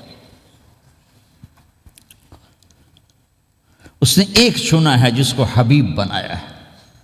10,000 سال کا پروسیس ہوا اور اس میں سے محمد مصطفیٰ صلی اللہ علیہ وسلم کی ہستی کو وجود ملا۔ آپ کو آنے میں اتنا زمانہ چاہیے تھا کہ اعلیٰ سے اعلیٰ چیز کے بننے میں دیر لگتی ہے، تو کائنات 10,000 سال گھومی اور تب جا کر میرے حبیب مصطفیٰ صلی اللہ تعالی علیہ وسلم کو اللہ تعالیٰ نے وجود بخشا۔ سب سے عالی نسب، سب سے عالی خاندان، سب سے عالی صفات۔ اب اللہ کے خزانوں سے لینے کا راستہ پاؤنڈ نہیں، ڈالر نہیں ہے، تجارت نہیں ہے۔ اللہ سے لینے کا راستہ میرے نبی کا طریقہ ہے۔ تجارت میں ہو، زراعت میں ہو، جاب میں ہو، کھیتی باڑی میں ہو، میرے نبی کا طریقہ ایک مسجد کا ہے، نماز۔ 5 وقت کی نماز یہ میرے نبی کی آنکھوں کی ٹھنڈک ہے۔ 5 وقت کی نماز اس امت کی شان پہچان ہے۔ اور اللہ تعالیٰ نے پہلی امتوں پر اتنی بڑی مشقت ڈالی کہ ان کی نماز مسجد کے علاوہ کہیں نہیں ہوتی تھی، مسجد میں ہی ہوتی تھی۔ ہمارے لیے کتنی آسانی کر دی، جاب میں ہے، مصلی بچھا، نماز پڑھ۔ چلو مصلی بھی کوئی نہیں، زمین دیکھ، اس پر کوئی گندگی تو کوئی نہیں ہے، بس زمین بھی تیرے لیے پاک ہے، چل نماز پڑھ۔ اور آسانی کر دی، پانی کوئی نہیں ہے، کوئی بات نہیں، مٹی میں ہاتھ مار، منہ پہ مل، پھر ایک ہاتھ مار یوں کر، چل نماز پڑھ میں تیری قبول کروں گا۔ یہ کسی امت کے ساتھ یہ نہیں ہوا، انہیں وضو ہی کرنا تھا چاہے پانی 50 میل پر موجود ہو، اور ہمارے لیے پانی کوئی نہیں ہے، چلو تیمم، مٹی میں ہاتھ ہمارا یوں کیا، پھر ہاتھ ہمارا ایک یوں کیا ایک یوں کیا، چل بھائی اللہ اکبر قبول۔ عمار بن یاسر رضی اللہ تعالیٰ عنہ سفر میں تھے، ان کو نہانے کی ضرورت ہو گئی، نائٹ فال ہو گیا، تو انہوں نے سوچا کہ ویسے تو آدمی کو وضو کی ضرورت ہوتی ہے تو خالی منہ پہ ہاتھ مارا اور یوں کونیوں تک، لیکن مجھے تو غسل کی ضرورت ہے، تو خالی اس سے تو کافی نہیں ہوگا، تو انہوں نے کپڑے اتارے، اکیلے تھے، ریت کے اوپر کبھی یوں لیٹے کبھی یوں لیٹے کبھی یوں لیٹے، 3-4 دفعہ یوں یوں اور یوں یوں رول ہوتے ہوتے پھر انہوں نے نماز پڑھی۔ آئے اللہ کے نبی کی بارگاہ میں، یا رسول اللہ مجھے رات کو نہانے کی ضرورت پڑ گئی، تو میں نے کہا وضو کے لیے تو خالی یہ 2 دفعہ کرنا کافی ہے، تو یہ تو نہانا تھا، تو میں تو ریت میں خوب رول ہوتا رہا۔ میرے نبی نے انما یکفیک ضربتان، ارے سیدھے بندے عمار، اس کے لیے بھی اتنا ہی کافی تھا کہ تو یوں کرتا اور یوں کرتا اور تو پاک ہو جاتا۔ اللہ نے اس نبی کے طفیل، اس محبوب مصطفیٰ صلی اللہ علیہ وسلم کے طفیل، اللہ نے کیا کیا سہولتیں اور آسانیاں ہمیں عطا فرمائیں۔ پھر نماز 4 کی 2 رکعت کر دی کہ بھئی تم مسافر ہو 2 پڑھو، روزے میں سفر میں روزہ معاف کر دیا، بعد میں رکھ لینا، بعد میں رکھ لینا، قضا کرنے کو حکم، بالکل چھوڑنے کا نہیں، اور کہا کہ بھائی مریض ہو چھوڑ دو، مسافر ہو چھوڑ دو، اور نماز 2 رکعت کر دو، سنتیں چھوڑ دو۔ ابن عمر رضی اللہ تعالیٰ عنہ بیٹھے تھے تو انہوں نے 2 رکعت پڑھ کے بیٹھ گئے، تو ان کے خادم نے کہا سنتیں نفل نہیں پڑھو گے؟ کہا اگر پڑھنا تو 4 فرض پڑھتا میں، میرے اللہ نے معافی دی تھی تو میں کیوں پڑھوں؟ میرے نبی نے سفر میں سنتیں نہیں پڑھی کبھی، اپنی امت کو سہولت دینے، فجر کی سنتیں 2 پڑھتے تھے، اس کے علاوہ سنتیں نہیں پڑھیں تاکہ میری امت کو سہولت ہو، آسانی ہو۔ ایک دفعہ بارش ہو رہی تھی اور کوئی جگہ نہیں تھی نماز پڑھنے کے لیے، تو آپ نے اپنی اونٹنی کو آگے کیا اور اس پر بیٹھ گئے، بیٹھے ہی تھے، پیچھے صحابہ نے اونٹنیوں پر ہی صفیں بنائیں، اور یہ نماز اونٹنی پہ بیٹھ کر ادا کی گئی۔ بارش کے اندر نماز اونٹنی کے اوپر نماز بھی ہو گئی، رکوع بھی ہو گیا، سجدہ بھی ہو گیا، سلام بھی ہو گیا۔ پہلی امتوں کے لیے نہیں تھا، سجدہ ہی کرنا پڑے گا۔ یہ اللہ کے محبوب مصطفیٰ صلی اللہ تعالی علیہ وسلم کی طفیل، میرے اللہ نے ہم پہ فضل و احسان کیا، تو میرے نبی کی زندگی میں عبادات میں نماز سب سے اعلیٰ نظر آتی ہے، سب سے نمایاں نظر آتی ہے، اور پھر بازار میں، گھر میں، دفتر میں، ماحول میں میرے نبی کے اخلاق، یہ زندگی کا دوسرا روشن پہلو ہے۔ میرے نبی کی ساری زندگی 2 لفظوں میں آتی ہے، عبادت اخلاق، عبادت اخلاق، یا 2 اور لفظ، حقوق اللہ حقوق العباد، حقوق اللہ حقوق العباد۔ حقوق اللہ میں نماز سب سے اعلیٰ، اور حقوق العباد میں لوگوں کی برداشت کرنا، لوگوں سے درگزر کرنا، معاف کرنا، جھوٹ سے بچنا، دھوکے سے بچنا۔ میرے نبی سے پوچھا گیا یا رسول اللہ مسلمان کنجوس ہو سکتا ہے؟ ہم نے کہا ہو سکتا ہے۔ یا رسول اللہ مسلمان کمزور ہو سکتا ہے، بزدل ہو سکتا ہے، ڈرپوک ہو سکتا ہے؟ آپ نے کہا ہو سکتا ہے۔ یا رسول اللہ مسلمان جھوٹ بول سکتا ہے؟ آپ نے کہا نہیں، جھوٹ نہیں بول سکتا، جھوٹ نہیں بول سکتا۔ ہے میرے نبی نے فرمایا میرا امتی ہر گناہ کر سکتا ہے، پر ایک جھوٹ نہیں بولے گا، ایک دھوکہ نہیں دے گا۔ لیکن پوری دنیا میں سب سے زیادہ جھوٹ بولنے والا اور دھوکہ دینے والا وہ اس امت کا فرد بن چکا ہے۔ سب سے زیادہ دھوکہ دینے والے ہم بن گئے، سب سے زیادہ جھوٹ بولنے والے ہم بن گئے۔ اور میرے نبی نے فرمایا تھا کہ مسلمان جھوٹ نہیں بولتا، دھوکہ نہیں دیتا، ہر گناہ کر سکتا ہے، جھوٹ نہیں بولے گا، دھوکہ نہیں دے گا۔ یہ میرے نبی کی زندگی کا دوسرا پہلو ہے کہ سچائی پہ جمو۔ چند پیسے بچانے کے لیے جھوٹ بولنا، ٹیکس بچانے کے لیے جھوٹ بولنا، کتنے پاؤنڈ بچا لو گے؟ ادھر تمہارے سامنے سچ روشن کھڑا ہوا ہے۔ میرے نبی نے کہا الصدق ینجی والکذب یہلک۔ ادھر جھوٹ کھڑا ہے، ادھر جھوٹ کے ساتھ 4 پاؤنڈ بچیں گے، ادھر سچ کے ساتھ اللہ ملے گا، لے لو جو لینا ہے لے لو۔ ہاں، الا لعنت اللہ علی الکاذبین، جھوٹوں پہ اللہ کی لعنت۔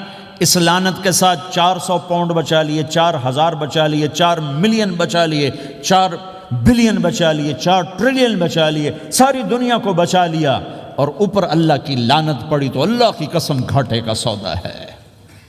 اور سچے ہو گئے، سچ بولا، یہ میں 100 پاؤنڈ کماتا ہوں، لے لو جو لینا ہے اس میں سے، یہ میں 1000 پاؤنڈ کماتا ہوں، لے لو جو لینا ہے، یہ میں 50,000 پاؤنڈ کماتا ہوں، لے لو جو لینا ہے، کہ مسلمان کی زبان سے جھوٹ نہیں نکلتا، سچ ہی بولتا ہے۔ آپ تشریف لے جا رہے ہیں، ایک آواز ہے یا رسول اللہ، آپ نے یوں دیکھا کوئی نظر نہیں آیا، پھر آواز ہے یا رسول اللہ، تو آپ نے دیکھا کہ ہرنی ڈیئر چھوٹی وہ کھڑی ہوئی رسی میں بندھی، تو آپ نے کہا کیا ہوا؟ کہا جی آپ کا صحابی مجھے پکڑ کے لایا ہے، میرے چھوٹے چھوٹے بچے بھوک سے رو رہے ہوں گے، آپ مجھے چھوڑ دیں، میں بچوں کو دودھ پلا کے واپس آ جاتا، مجھے پتہ ہے میرے اللہ کی تقدیر میرے بارے میں کیا ہے۔ تو آپ نے کہا اگر تو واپس نہ آئی تو پھر؟ تو اس نے کہا مجھے اللہ جہنم میں ڈال دے۔ آپ نے اس کی رسی کھول دی، خود وہیں بیٹھ گئے، اس نے دوڑ لگائی اور پہاڑوں میں گم ہو گیا۔ تھوڑی دیر کے بعد وہ دوڑتی ہوئی آئی اور آ کے سر یا رسول اللہ میں حاضر ہو گیا۔ تو آپ نے اس کو باندھ کے وہیں آپ بیٹھ گئے نہیں۔ دیر کے بعد وہ صحابی آئے جنہوں نے اس کو شکار کیا تھا، پکڑا تھا، تو کہنے لگے، ان کا یا رسول اللہ آپ یہاں کیسے؟ کہ میں ایک درخواست لے کر آیا ہوں۔ کہ کیا؟ کہ یہ ہرنی مجھے ہدیہ کر دو۔ کہ یا رسول اللہ سب کچھ آپ کا ہے، کہ نہیں بس یہ ہدیہ کر دو۔ کہ یا رسول اللہ حاضر۔ تو آپ نے اس کو لے کر رسی اس کی گردن سے نکالی کہ جا بچی اپنے بچوں کے پاس جا کے خوشی منا، سچ نجات دیتا ہے اور جھوٹ ہلاک کرتا ہے۔ ایک ہرنی جان کی بازی کھیل گئی سچ بولنے کے لیے، تم چند پونڈوں پہ جھوٹ بولتے ہو، ایمان کو برباد کر کے رکھ دیتے ہو۔ مسلمان جھوٹ نہیں بولتا، مسلمان دھوکہ نہیں دیتا، مسلمان کی زبان سے سخت بول نہیں نکلتا، کسی کو بے عزت نہیں کرتا، کسی کو کی بے اکرامی نہیں کرتا، کسی کا دل نہیں توڑتا، کسی کو ذلیل نہیں کرتا، خود سہتا ہے، اوروں کو خوشیاں دیتا ہے، خود دکھ سہتا ہے، اوروں کو راحت دیتا ہے، خود تکلیف سہتا ہے۔ یہ میرے نبی کے اخلاق ہیں، یہ میرے نبی کی زندگی ہے، اور یہ اسلام کا سب سے بڑا چیپٹر ہے اور سب سے مشکل چیپٹر ہے۔ جب میرے نبی نے لمبی نمازیں پڑھی تو اللہ نے روک دیا کہ میرے حبیب ما انزلنا علیک القرآن لتشقى، اتنی لمبی نماز نہ پڑھ کے تو تھک جائے۔ میرے نبی نے تبلیغ میں زور دکھایا تو اللہ نے روک دیا، فلتذهب نفسك علیہم حسرات، میرے نبی اتنا غم نہ کر کے آپ خود ہی آہیں بھرتے بھرتے آپ مر جائیں۔ میرے نبی نے مال سارا خرچ کیا، اللہ نے اس سے بھی روک دیا، ولا تبسطها كل البسط فتقعد ملوما محسورا، اتنا خرچ نہ کریں کہ آپ خود پھر دکھی ہو کے بیٹھ جائیں۔ خرچ کرنا بہت بڑا عمل، تبلیغ سب سے سارے عملوں کا سردار عمل، تبلیغ سے بڑا کوئی کام ہوتا تو اللہ نبیوں کو دیتا، اگر تبلیغ سے بڑھ کر کوئی کام ہوتا تو اللہ نبیوں کو دیتا، گشت سے بڑھ کر کوئی محنت ہوتی تو اللہ نبیوں کو دیتا۔ 950 سال نوح علیہ السلام گشتی کر رہے ہیں، اور اللہ کی مان لو، اللہ کی مان لو، اتنا عظیم عمل کا میرے نبی درمیانہ نماز سب سے بڑی عبادت، میرے نبی درمیانہ کام، لیکن جب میرے نبی نے اخلاق اچھے کیے، دشمن کو معاف کرنا۔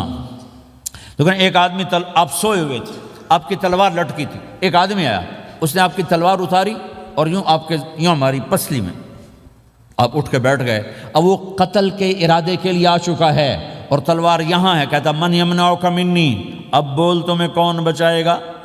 تو آپ نے مسکراتے ہوئے کہا اللہ، تو اس کے ہاتھ سے تلوار گر پڑی، تو آپ نے اٹھا لی، آپ نے یوں سیدھی کی، اب تو بچا، تجھے کون بچائے گا؟ وہ کہنے لگا مجھے تو ہی بچائے گا، وہ تو اللہ کو جانتا نہیں تھا، کہا بابا مجھے تو ہی بچائے گا۔ تو آپ کہتے ہیں اس کا سر اڑا دو، یہ نبی کو قتل کرنے آیا ہے۔ میرے نبی نے فرمایا کلمہ پڑھتے ہو؟ کہا نہیں پڑھتا۔ کہا جاؤ معاف کیا۔ یہ میرے نبی کے اخلاق ہیں۔ 20 سال جنہوں نے قتل کے منصوبے بنائے، مکہ والے، جب آپ مکہ میں فاتحانہ داخل ہوئے، ابو سفیان سب سے زیادہ آپ کو دکھ پہنچانے والوں میں پیش تو آپ نے ابو سفیان کو عزت دی، جو ابو سفیان کے گھر میں داخل ہوگا اس کو کچھ نہیں کہا جائے گا۔ آپ تو ابو سفیان کو بلا کے سولی پہ لٹکاتے، اور آپ کہہ رہے ہیں جو ابو سفیان کے گھر میں جائے گا اسے کچھ نہیں کہا جائے گا، جو بیت اللہ میں ہوگا اسے کچھ نہیں کہا جائے گا۔ سارا مکہ سامنے، آپ یوں بیت اللہ کا دروازے پر یوں دونوں ہاتھ ایسے ٹکا کے کھڑے تھے، پھر آپ نے کہا میں کیا کروں گا اب تمہارے ساتھ؟ تو سہیل بن عمر نے کہا آپ کریم ہیں، کریم کے بیٹے ہیں، تو آپ نے کہا جاؤ میں نے معاف کیا۔ یہ اخلاق آج مٹ چکے ہیں، مردوں سے، عورتوں سے، علم والوں سے، خانقاہ والوں سے، تبلیغ والوں سے، سب زیرو ہوئے پڑے ہیں۔ جب تک یہ اخلاق زندہ نہیں ہوتے اسلامی زندگی قائم نہیں ہو سکتی، اسلامی معاشرت قائم نہیں ہو سکتی، اور دین دو چیزوں سے آگے پھیلتا ہے، ایک دعوت اور ایک اخلاق۔ دعوت اور اخلاق، دعوت اور اخلاق۔ دعوت نہیں ہوگی تو اخلاق وہیں پڑے رہ جائیں گے، اخلاق نہیں ہوں گے تو دعوت کوئی قبول نہیں کرے گا۔ میرے نبی نے کتنے معجزے دکھائے مکے میں، نہیں کلمہ پڑھا۔ بدر میں ان کے 70 مارے گئے، فرشتوں کو دیکھا، جبریل کے گھوڑے کی آواز سنی، کلمہ نہیں پڑھا۔ خندق میں شکست ہوئی، کلمہ نہیں پڑھا۔ پانی نکلتے دیکھا، انگلیوں سے کلمہ نہیں پڑھا۔ ایک بکرے کا ایک بازو پکایا، ایک بازو بکرے کا، ایک اگلا جو بازو ہوتا، اور 40 آدمیوں نے کھانا کھایا اور ایک بوٹی کم نہیں ہوئی، ایک بوٹی کم نہیں ہوئی، کلمہ نہیں پڑھا۔ لیکن جب میرے نبی نے کہا جاؤ معاف کیا تو سارے ہی کلمہ پڑھ گئے کہ واقعہ یہ اخلاق نبی کے ہو سکتے۔ حنین کی جنگ میں جب بھاگے لوگ، شکست ہوئی، تو ایک صحابی کا بھاگتے ہوئے پاؤں ہمارے نبی کے پاؤں پر آیا، اور جوتا سخت تھا، تو آپ نے کہا اوجعتنی، اور آپ کے ہاتھ میں چھڑی تھی، آپ نے اس کو یوں ماری، کہا اوجعتنی، ارے تو نے مجھے کتنا زیادہ درد پہنچایا، دکھ پہنچایا۔ وہ بیچارے پگھل کے رہ گئے اور پریشان ہو گئے، اور فرماتے ہیں سارا دن میں پریشان، ساری رات پریشان کہ اللہ کے نبی کو میں نے تکلیف پہنچائی، اب میرا کیا بنے گا؟ اگلا دن ہوا تو اعلان ہو رہا تھا بھائی جس کا پاؤں نبی کے پاؤں پہ آیا تھا اس کو اللہ کے نبی بلا رہے ہیں۔ تو صحابی کہنے لگے میں نے سمجھا بس اب میری تو دنیا بھی گئی اور آخرت بھی گئی، اب میرے اوپر کیس بنے گا اور مجھے ڈانٹ ڈپٹ بھی ہوگی، میرا کتنا بڑا گھاٹا نقصان ہوگا۔ یہ حاضر ہوئے ڈرتے ڈرتے، تو آپ نے فرمایا میرے بھائی کل میں نے تمہیں چھڑی ماری تھی، وہ مجھے معاف کر دینا، اور یہ 80 اونٹ تمہیں ہدیہ دیتا ہوں، 80 کیملز یعنی 80 پراڈو، 80 رینج روور کا یہ میری طرف سے تمہیں ہدیہ ہے۔ وہ حیران پریشان، یہ میرے نبی کے اخلاق ہیں، یہ میرے نبی کے اخلاق ہیں۔ کانٹے بچھانے والی نے 4 دن آنا چھوڑ دیا، بیمار ہو گئی تھی، تو آپ نے کہا کیا بات ہے، وہ ہمارے راستے میں اب کانٹے کوئی نہیں ہیں؟ کہا یہ وہ بیمار پڑی ہے جو کانٹے بچھاتے تھے۔ تو آپ اس کے گھر چلے گئے، ماں جی خیریت تو ہے، آپ ٹھیک تو ہیں؟ کہا بیٹا مجھے کلمہ پڑھا دے، بس تیرے اخلاق نے مجھے فتح کر لیا ہے۔ میرے بھائیوں یہ چیپٹر بھول چکے ہیں، بھول چکے ہیں، بھول چکے ہیں۔ جب تک یہ چیپٹر زندہ نہیں ہوگا زندگی اسلامی نہیں بنے گی، معاشرہ اسلامی نہیں بنے گا، اور آگے قوموں کے لیے اسلام کا دروازہ نہیں کھلے گا۔ ہمیں معاف کرنا آتا ہو، ہمیں گالی دینے والے کو دعا دینا آتا ہو، غیبت کرنے والے کی تعریف آتی ہو، اور غیبت کرنے سے، غیبت سننے سے اپنے آپ کو ایسے بچاؤ جیسے زہر سے بچاتے ہو، اسے آگ سے بچاتے ہو۔ ایک دوسرے کو نفرت کا بول نہ بولو ورنہ ساری زندگی تباہ و برباد ہو جائے گی۔ میرے رب کی قسم، میرے نبی نے کہا ایک زبان کا بول انسان بولتا ہے اور جہنم کی گہرائیوں میں گر جاتا ہے، اور ایک زبان کا بول انسان بولتا ہے اور جنت کے درجات پر چڑھ جاتا ہے۔ یہ زبان بہت طاقتور چیز ہے، میں ہر بیان میں اس کو دہرا رہا ہوں کہ جتنا یہ عمل ختم ہو چکا ہے اتنا کوئی عمل بھی نہیں ختم ہوا ہے۔ میرے نبی نے فرمایا معاذ تمہیں سارے دین کا خلاصہ بتاؤں؟ معاذ الا انبئک بمیلاک ھذا کلہ، میں تمہیں پورے دین کا خلاصہ بتاؤں؟ کون معاذ جس کے ہاتھ میں علماء کا جھنڈا ہوگا؟ کون معاذ؟ میں ابھی مئی میں ان کے اردن اجتماع میں گیا، آگے ان کے اربد میں گئے، آگے وہاں ان کا مقبرہ ہے 18 کلومیٹر۔ میں گیا کمرے میں داخل ہوا تو سارا کمرہ خوشبو سے مہک رہا تھا، اور مجھے ایک شخص نے بتایا یہ خوشبو 24 گھنٹے یہاں آتی رہتی ہے۔ جن کو 18 ہجری میں انتقال ہوا، 1417 سال ہو گئے مرے ہوئے، اور قبر سے خوشبو آ رہی۔ اس آدمی کو سمجھایا کیسے اور بتایا کیا؟ معاذ تمہیں سارے دین کا خلاصہ بتاؤں؟ کہ جی بتائیں۔ تو آپ نے یوں کیا، اپنی زبان نکالی اور اس کو پکڑا انگلی سے، پھینکا، کف ھذا، معاذ اس زبان پہ قابو پا جا، یہ پورا دین ہے۔ یہ زبان آج کھل گئی ہے، کھل گئی ہے۔ حضرت لقمان علیہ السلام کا فرمان ہے، بیٹا میں چپ رہنے پہ کبھی نہیں پچھتایا، میں ہمیشہ اپنے بول پہ پچھتایا ہوں۔ حضرت معاذ نے کہا یا رسول اللہ زبان کے بول پہ پکڑ ہوگی؟ کہ تیرا بھلا ہو جائے معاذ، سب سے زیادہ جہنم میں دھکا دینے والی زبان ہوگی۔ اور ایک صحابی ہیں ابو دجانہ۔ کون ابو دجانہ؟ السابقون الاولون من المہاجرین والانصار، اس میں پہلی صف کے صحابہ۔ کون ابو دجانہ؟ جب آپ حج پر گئے تو اپنی جگہ مدینے کا امیر ابو دجانہ کو بنایا۔ ابو دجانہ حج میں شریک نہیں ہوئے کہ آپ نے اپنی جگہ ان کو اپنا نائب بنا کے وہاں کھڑا فرمایا، ابو دجانہ میری جگہ پر مدینے کا امیر ہے، یہ وہ ابو دجانہ ہیں۔ کون ابو دجانہ؟ جو جنگ بدر سے لے کر آخری حج تک ہر سفر میں شریک ہیں، ہر سفر میں شریک ہیں۔ ان کی ایک بات میں بتانا چاہتا ہوں، پہلے تھوڑی سی ان کی ہسٹری بتانا چاہتا ہوں۔ کون ابو دجانہ؟ احد کی جنگ میں آپ نے تلوار اٹھائی، کہ اس تلوار کو کون لے گا؟ کئی صحابہ کھڑے ہو گئے۔ آپ نے کہا اس تلوار کا حق کون ادا کرے گا؟ سارے بیٹھ گئے، 3 آدمی کھڑے رہے، ایک زبیر بن عوام، ایک عمر بن خطاب، ایک ابو دجانہ۔ ان کا نام ہے سماک بن خرشنہ، سماک بن خرشنہ ان کا نام ابو دجانہ سے مشہور ہے۔ تو آپ نے تلوار نہ عمر کو دی، نہ زبیر کو دی، ابو دجانہ کو دی تھی۔ تو عمر رضی اللہ عنہ نے تو محسوس نہیں کیا، حضرت زبیر نے محسوس کیا کہ اس کو کیوں دی، مجھے کیوں نہیں دی؟ میں مہاجرین میں سے ہوں، میں پھوپھی کا بیٹا ہوں، میں اس سے دلیری میں کم نہیں ہوں۔ بلکہ حضرت زبیر کی دلیری کی تو دھاک تھی، جدھر سلوار چلتی تھی کاٹتی چلی جاتی تھی، کہنے لگا میں دیکھوں گا یہ کیا کرتا ہے۔ تو ابو دجانہ کے پیچھے پیچھے زبیر ہو لیے۔ تو ابو دجانہ نے جو حملہ کیا تو 3000 کا لشکر تھا، اس کو چیر کے پار نکل گئے، پورے لشکر کو کاٹ کے پار نکل گئے۔ اور آگے عورتیں کھڑی تھیں جو مکے کے لشکر کو تیار کر رہی تھیں، نحن بنات طارقی نمشی علی النمارقی مشی القتل بوارقی المسک فی المخالقی المسک فی المفارقی والدر فی المخالقی ان تقبلوا نعانقی وتدبروا نفارقی فراق غیر وامقی۔ یہ گانا گا رہی تھیں اور ان کو تیار کر رہی تھیں۔ تو جب ابو دجانہ کی تلوار نظر آئی تو سب بھاگیں، ہندا پکڑی گئی۔ تو آپ نے یوں اپنی تلوار ہندا کے سر پر رکھی، انہوں نے چیخ ماری، تلوار ہٹا لی۔ تو زبیر پیچھے پیچھے کہ یہ کیا ہے؟ جنگ میں اگر کوئی عورت حصہ لے اسے مارنا جائز ہے، ویسے جائز نہیں ہے، عورت کو، بچے کو، بوڑھے کو ہاتھ لگانا جائز نہیں ہے۔ تو انہوں نے کہا تلوار کیوں نہیں چلائی؟ کہا میرے محبوب کی تلوار ہے، عورت کے خون سے رنگین کر کے اس کی شان نہیں گھٹانا چاہتا، یہ میرے نبی کی تلوار۔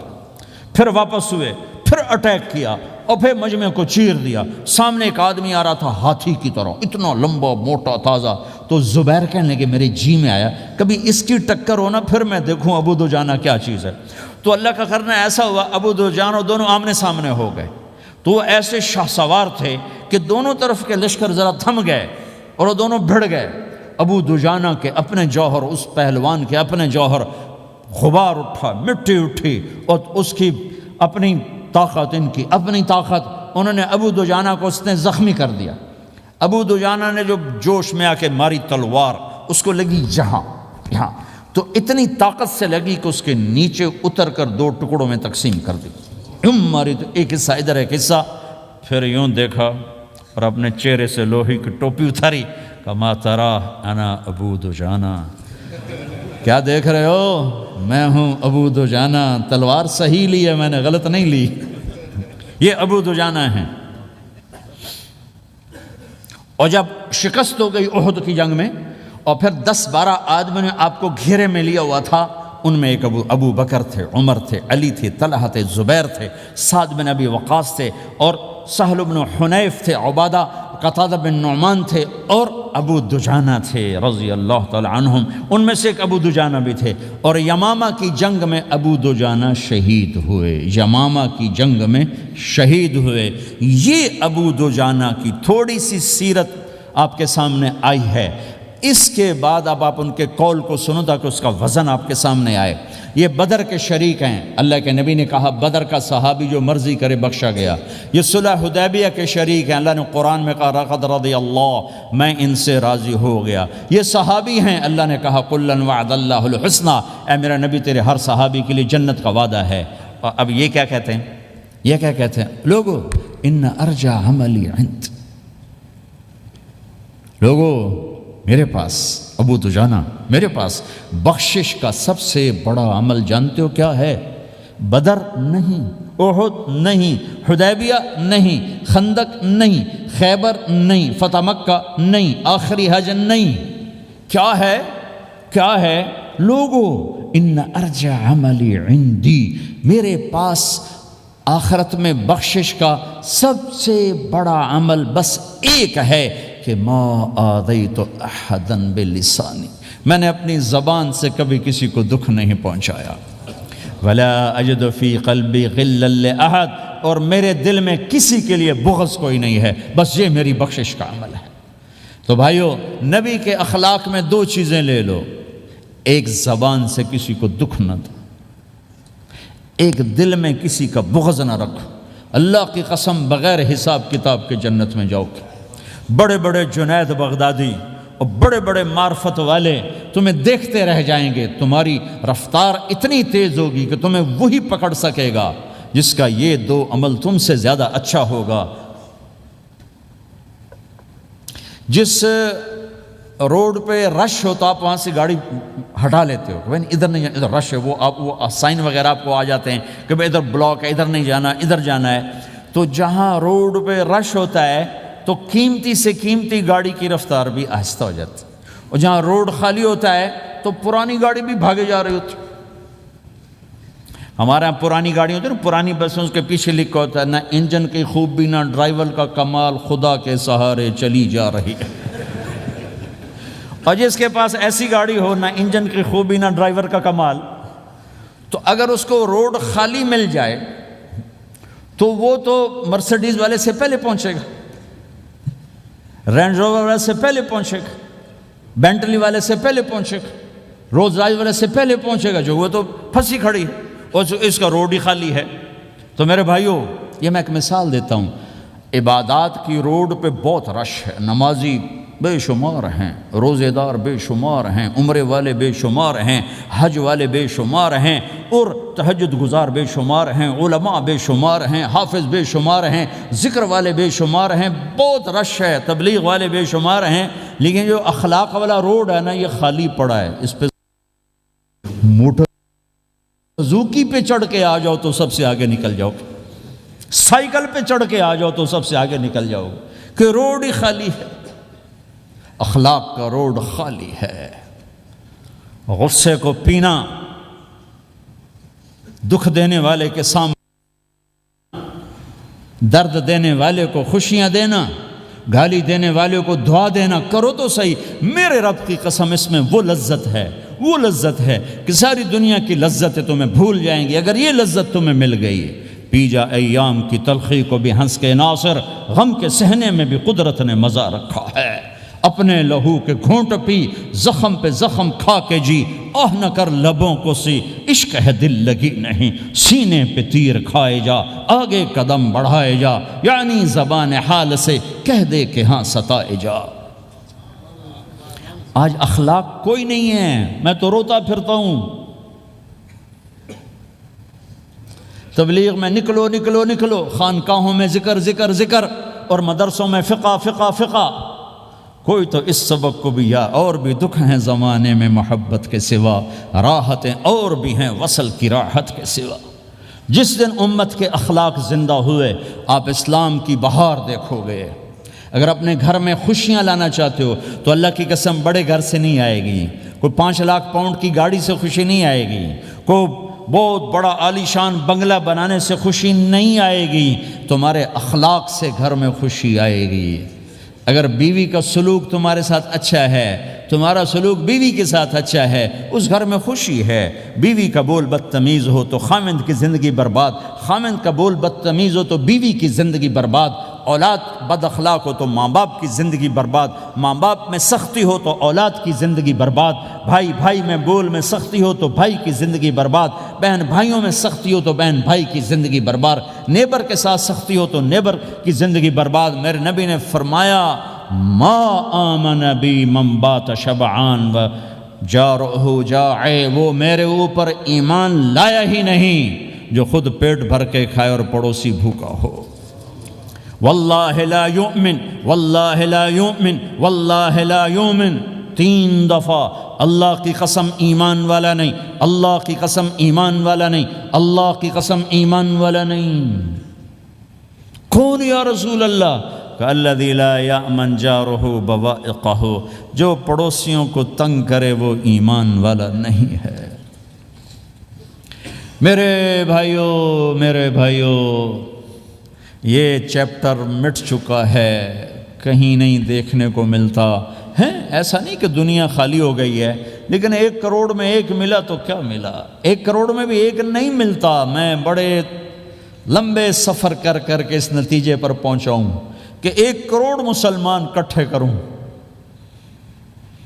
اس میں لاکھوں تہجد گزار ہوں گے، لاکھوں 5 وقت کے نمازی ہوں گے، اس میں لاکھوں عمرے حج کرنے والے ہوں گے، اس میں لاکھوں علماء حفاظ ہوں گے، لیکن شاید اخلاق والا ایک بھی نہ۔ اپنی زندگی کو اگر سکھ دینا ہے، چیزوں کے پیچھے نہ دوڑو، اخلاق بناؤ۔ مقدر کی چیزیں ملیں گی، کمائیوں میں حلال لاؤ، حرام سے بچو، سچ پہ آؤ، جھوٹ سے بچو، دھوکہ نہ دو کسی کو، ورنہ زندگی ویران ہو جائے گی۔ ٹیکس بچانے کے لیے جھوٹ نہ بولو، ورنہ دل کالا ہو جائے گا۔ جھوٹ پیسے کی خاطر، لعنت ہے اس دولت پر، لعنت ہے اس ملک پر۔ ہے کیا مثالیں اس امت نے قائم کی ہیں، اچھوں سے برے، بروں سے اچھے ہمیشہ پیدا ہوتے چلے آئے۔ یزید فاسق، فاجر، ظالم، 3 بر اعظم کی حکومت چھوڑ کے مر رہا ہے، 34 سال کی عمر، اور بعض آتا ہے 38 سال کی عمر، 40 سال کو نہیں پہنچا، 40 سال سے پہلے مر گیا۔ اس کا بیٹا معاویہ بن یزید رضی اللہ تعالیٰ عنہ، 3 بر اعظم کی حکومت، 3 بر اعظم کی حکومت، 40 دن حکومت کی، 40 دن، پھر اپنے سارے خاندان کو اکٹھا کیا اور کہا دیکھو لوگو، جس حکومت کے نیچے حسین کا خون گرا ہو، میں اس حکومت پہ لعنت بھیجتا ہوں۔ یہ ہے تمہاری حکومت، جس کو مرضی دے دو، مجھے نہیں چاہیے۔ 3 بر اعظم کی حکومت چھوڑ دی، صرف 22 سال کی عمر میں، 22 سال کی بھرپور جوانی کی عمر میں حکومت کو لات مار دی۔ میں چند پاؤنڈ کے لیے سچ کو لات مار دوں، میں چند پاؤنڈ کے لیے انسانوں کو دھوکہ دوں؟ تو بھائیو سچ کے عادی بنو۔ بڑا عالی خلق ہے سچ بولنا، بڑے عالی اخلاق ہیں لوگوں کو نفع پہنچانا، لوگوں کے سامنے میٹھا بنو، کڑواہٹ اندر رکھو، مٹھاس تقسیم کرو، پوری دنیا میں دین زندہ ہوگا۔ اس نقل و حرکت، یہ دعوت کی نقل و حرکت، میں بولٹن میں آج سے 31 سال پہلے بھی آیا تھا، 20 آدمی نہیں اکٹھے کر سکے تھے ہم، سارے دن کے گشتوں کے بعد۔ ایک گرجا مسجد تھا اس وقت، تو ہم کو 50 آدمی اکٹھے نہیں کر سکے تھے۔ آئیے ہزاروں کا مجمع ہے، اس کے پیچھے پتہ نہیں کتنی محنتیں ہوئی ہیں، تب جا کر یہ رنگ بنا ہے، اس ایک شکل بنی ہے، اس میں رنگ بھرنے کی ضرورت ہے، اور وہ ہے میرے نبی کے اخلاق، میرے نبی کی مبارک زندگی، جس میں درگزر، جس میں معاف کرنا، جس میں میٹھا بول، جس میں چھوٹا بن جانا اور دوسرے کو بڑا بنانا، جس میں سچ بولنا، جس میں دھوکے سے بچنا، یہ مسلمان کی شان ہے۔ تو ہمارے تو نوجوان یہاں کی لڑکیوں کو دھوکہ دیتے ہیں، پیپر بنانے کے لیے یہاں کی لڑکیوں سے شادی کرتے ہیں، ان کی زندگیاں برباد کر دیتے ہیں، اپنا ایمان خراب کرتے ہیں، ان کی زندگی خراب کرتے ہیں۔ مسلمان ہی دھوکے باز بن جائے تو لوگوں کو راہبری راہبر کون بنے گا؟ تو میرے بھائیوں اللہ اس کے رسول کو ڈھونڈنے کے لیے یہ تبلیغ کی محنت ہے، در در پھرو اور یہ دو باتیں بن جائیں، ایک ہماری عبادات ٹھیک ہو جائے، ایک ہمارے اخلاق ٹھیک ہو جائے۔ اس کو لے کر جب ہم پھریں گے تو اللہ کے فضل سے ایک لہر چلے گی جو دنیا کے ہر آخری کونے تک پہنچے گی، ہر گھر کو اللہ تعالیٰ توحید کے نور سے روشن کر دے گا۔ اس کے لیے ہم وقت مانگتے ہیں کہ یہ ایک زندگی ہے جو میرے 1.25 گھنٹے کی تقریر سے 1.5 گھنٹے کی تقریر سے قابو میں نہیں آئے گی۔ اس کو سیکھنے کے لیے وقت مانگتے ہیں۔ نکلو میرے بھائیوں اور آج تک جو اللہ پاک کے ساتھ، اللہ کے رسول کے ساتھ کوئی جنگ کی، اس سے صلح کر لو، کسی سے لڑے ہوئے ہو فوراً صلح کر لو، اس کو بھی منا لو، اس سے بھی مان جاؤ، کسی سے روٹھے نہ رہو، کسی سے قطع تعلق نہ کرو، سب سے سلام کرو، دل کو صاف رکھو۔ ابو دجانہ جیسی ہستی فرماتے ہیں کہ میری بخشش کا عمل یہ ہے کہ زبان سے دکھ نہیں دیا، دل میں بغض کوئی نہیں، اور وہ کہتے ہیں یہ میرا سب سے بڑا عمل ہے۔ یہ اپنے نبی کے اخلاق میں 2 باتیں لے لیں، اس زبان سے کسی کو دکھ نہ پہنچے، دل میں کتنا ہی لوگ ستائیں، بغض نہ رکھو، صاف کرو، دھو دو، اور فرائض میں نماز چھوٹے نہیں، اور پھر اس کو لے کر یہ امت پھرے، چونکہ اس امت کا کام بیٹھنا نہیں ہے، اس امت کا اجتماعی جرم ہے کہ انہوں نے اللہ کے دین کے لیے پھرنا چھوڑ دیا، اس امت کی اجتماعی خطا ہے کہ انہوں نے اللہ کے پیغام کو آگے پہنچانا اس کو اپنا کام نہ سمجھا، اس کے لیے پھرنا چھوڑ دیا تو اپنے بھی ہاتھوں سے نکل گئے، پرائے تو پہلے ہی پرائے تھے۔ تو میرے بھائیوں اس کے لیے نیت کرو، ارادے کرو۔ جو بھائی یہ تیار ہوں یہ دسمبر کے آخر تک تو وہ کھڑے ہو کر ذرا اپنے ناموں کا اظہار فرما دیں، اور یہ جو چھٹیاں آ رہی یہ ساری چھٹیاں لگانے کے لیے جو نوجوان تیار ہوں وہ بھی کھڑے ہو کے اپنی شکلیں زیارت کروا دیں، اللہ بھی راضی ہو جائے، اللہ کا نبی بھی راضی ہو جائے۔ جلدی سے کھڑے ہو کر بتا دیں، فرمائیں جی۔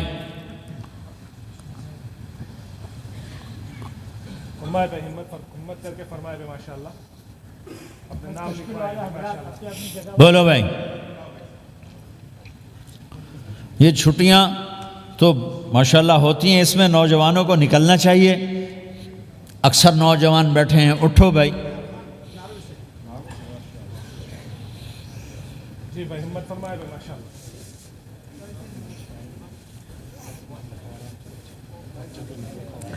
جلدی فرمائے بھائی، جلدی فرمائے۔ ایسے نہیں ہوگا، پہلے 4 مہینے دینا پھر سنو گا۔ بیٹھ جاؤ، یہاں سوال نہیں کیا جاتا بھائی۔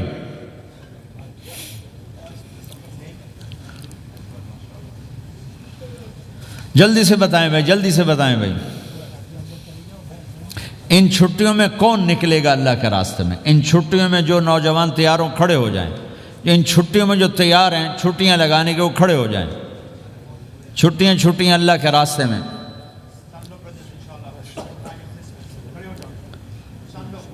ہاں بھائی فرمائیں جی، فرمائیں جی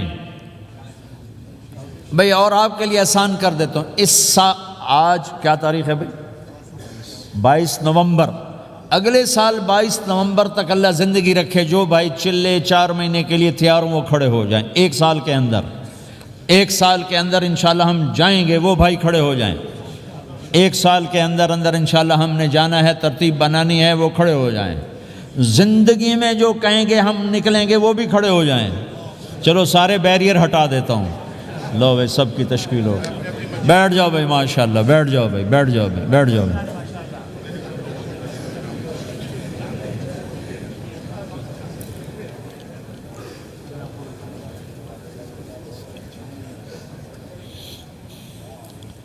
ہاں بھائی بیٹھ جائیں، میں دعا کرتے ہیں۔ دعا سے پہلے تھوڑی سی بات کرنا چاہتا ہوں، سن لیں پھر انشاءاللہ دعا کرتے ہیں۔ مسلمان کی زندگی چلتے پھرتے دعوت ہے، مسلمان کی زندگی چلتی پھرتی دعوت ہے۔ اگر اسلام ہماری زندگی میں ہو، عبادات ایسی چیزیں جو نظر نہیں آتی، اخلاق ایسے چیزیں جو چھپ نہیں سکتی۔ اخلاق ایک ایسی صفت ہے جس کو آپ چھپا نہیں سکتے، بد اخلاقی ایسی برائی ہے جس کو آپ چھپا نہیں سکتے۔ شراب تو چھپ سکتی ہے، اندر کمرے میں بیٹھ کے پی لے، روزہ چھپ سکتا ہے، نہیں رکھا کسی کو کیا خبر، نماز بھی چھپ جاتی، نہیں خبر پڑھی ہے کہ نہیں پڑھی، لیکن برے اخلاق بھی نہیں چھپتے اور اچھے اخلاق بھی نہیں چھپتے۔ ایک اچھے اخلاق خوشبو کی طرح مہکتے ہیں اور برے اخلاق گندگی طرح بدبو چھوڑتے ہیں۔ ہمارا معاشرہ اسلامی اس وقت بنے گا جب ہمارے اخلاق عالی ہوں گے۔ تو یہ نقل و حرکت اس کو طاقت پہنچائے گی. یہ گھر بیٹھنے سے چیز نہیں آئے گی بھائی, پھرنا پڑے گا, دھکے کھانے پڑیں گے. لیکن ان دھکوں میں بھی اللہ نے بڑی لذت رکھی ہے, بہت عجب نشہ ہے اس کا. جنید جمشید مجھے پہلی دفعہ ملا 97, جب وہ بہت بڑا اس وقت تھا, وہ لیجنڈ گلوکار. تو اس نے مجھ سے کہا کہ مولانا جس گلیمر کو پاکستانی نوجوان خوابوں میں دیکھتے ہیں وہ گلیمر مجھے فزیکلی حاصل ہے, لیکن میرے اندر اندھیرا ہے, روشنی نہیں, خالی ہے. کیوں؟ اوف. میں نے کہا تمہارے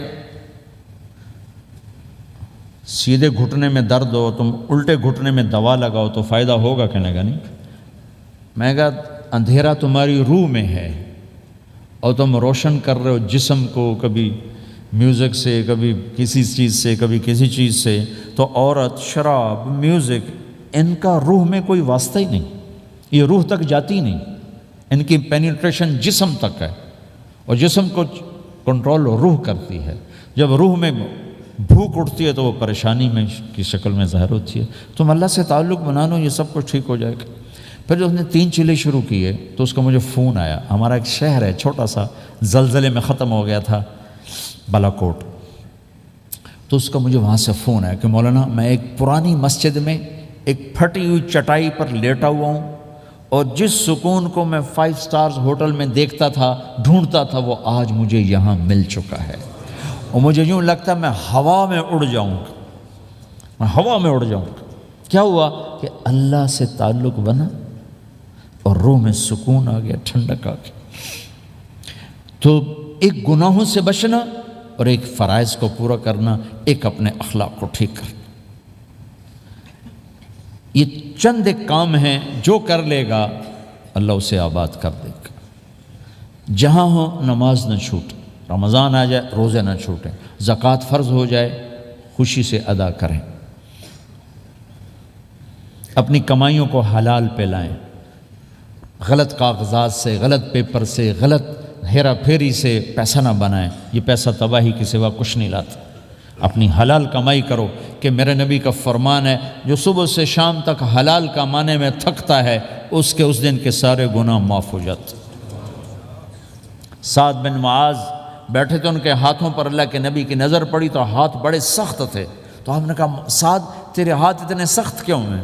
کہا جی میں اپنے باغ میں خود کام کرتا ہوں, اس سے یہ سخت ہو گئے. تو آپ نے سعد کا ہاتھ پکڑا اور ایسے چوما اور کہا اپنے بچوں کو حلال کھلانے میں, بچوں کو حلال کھلانے میں جو ہاتھ ایسا ہو جائے گا اس پہ جہنم کی آگ حرام ہو جائے گی. کہ بھائیو حلال, جھوٹ نہ داخل کرو. چاہے کتنے بڑے مفتی فتویٰ دیں کہ ٹیکس بچانے کے لیے جھوٹ بولنا جائز ہے, میں کہتا ہوں نہیں, سچ. 2 سودے ہیں, ایک طرف چند 100 پاؤنڈ ہیں, ایک طرف سچ ہے. جس کو لینا ہے لے لو. سچ کو لوگے تو اللہ کے قدموں میں چلے جاؤ گے, اللہ کے حبیب کی چھاؤں میں چلے جاؤ گے, اللہ کی چھاؤں میں چلے جاؤ گے. جھوٹ, ہاں صرف جھوٹ بولنا جائز ہے. 2 بھائی لڑ پڑے, ان میں صلح کرانے کے لیے جھوٹ بولنا جائز. میاں بیوی لڑ پڑیں تو بیوی کو منانے کے لیے خامند جھوٹ بول سکتا ہے, خامند کو منانے کے لیے بیوی جھوٹ بول سکتی. اس کے علاوہ جھوٹ نہیں ہے.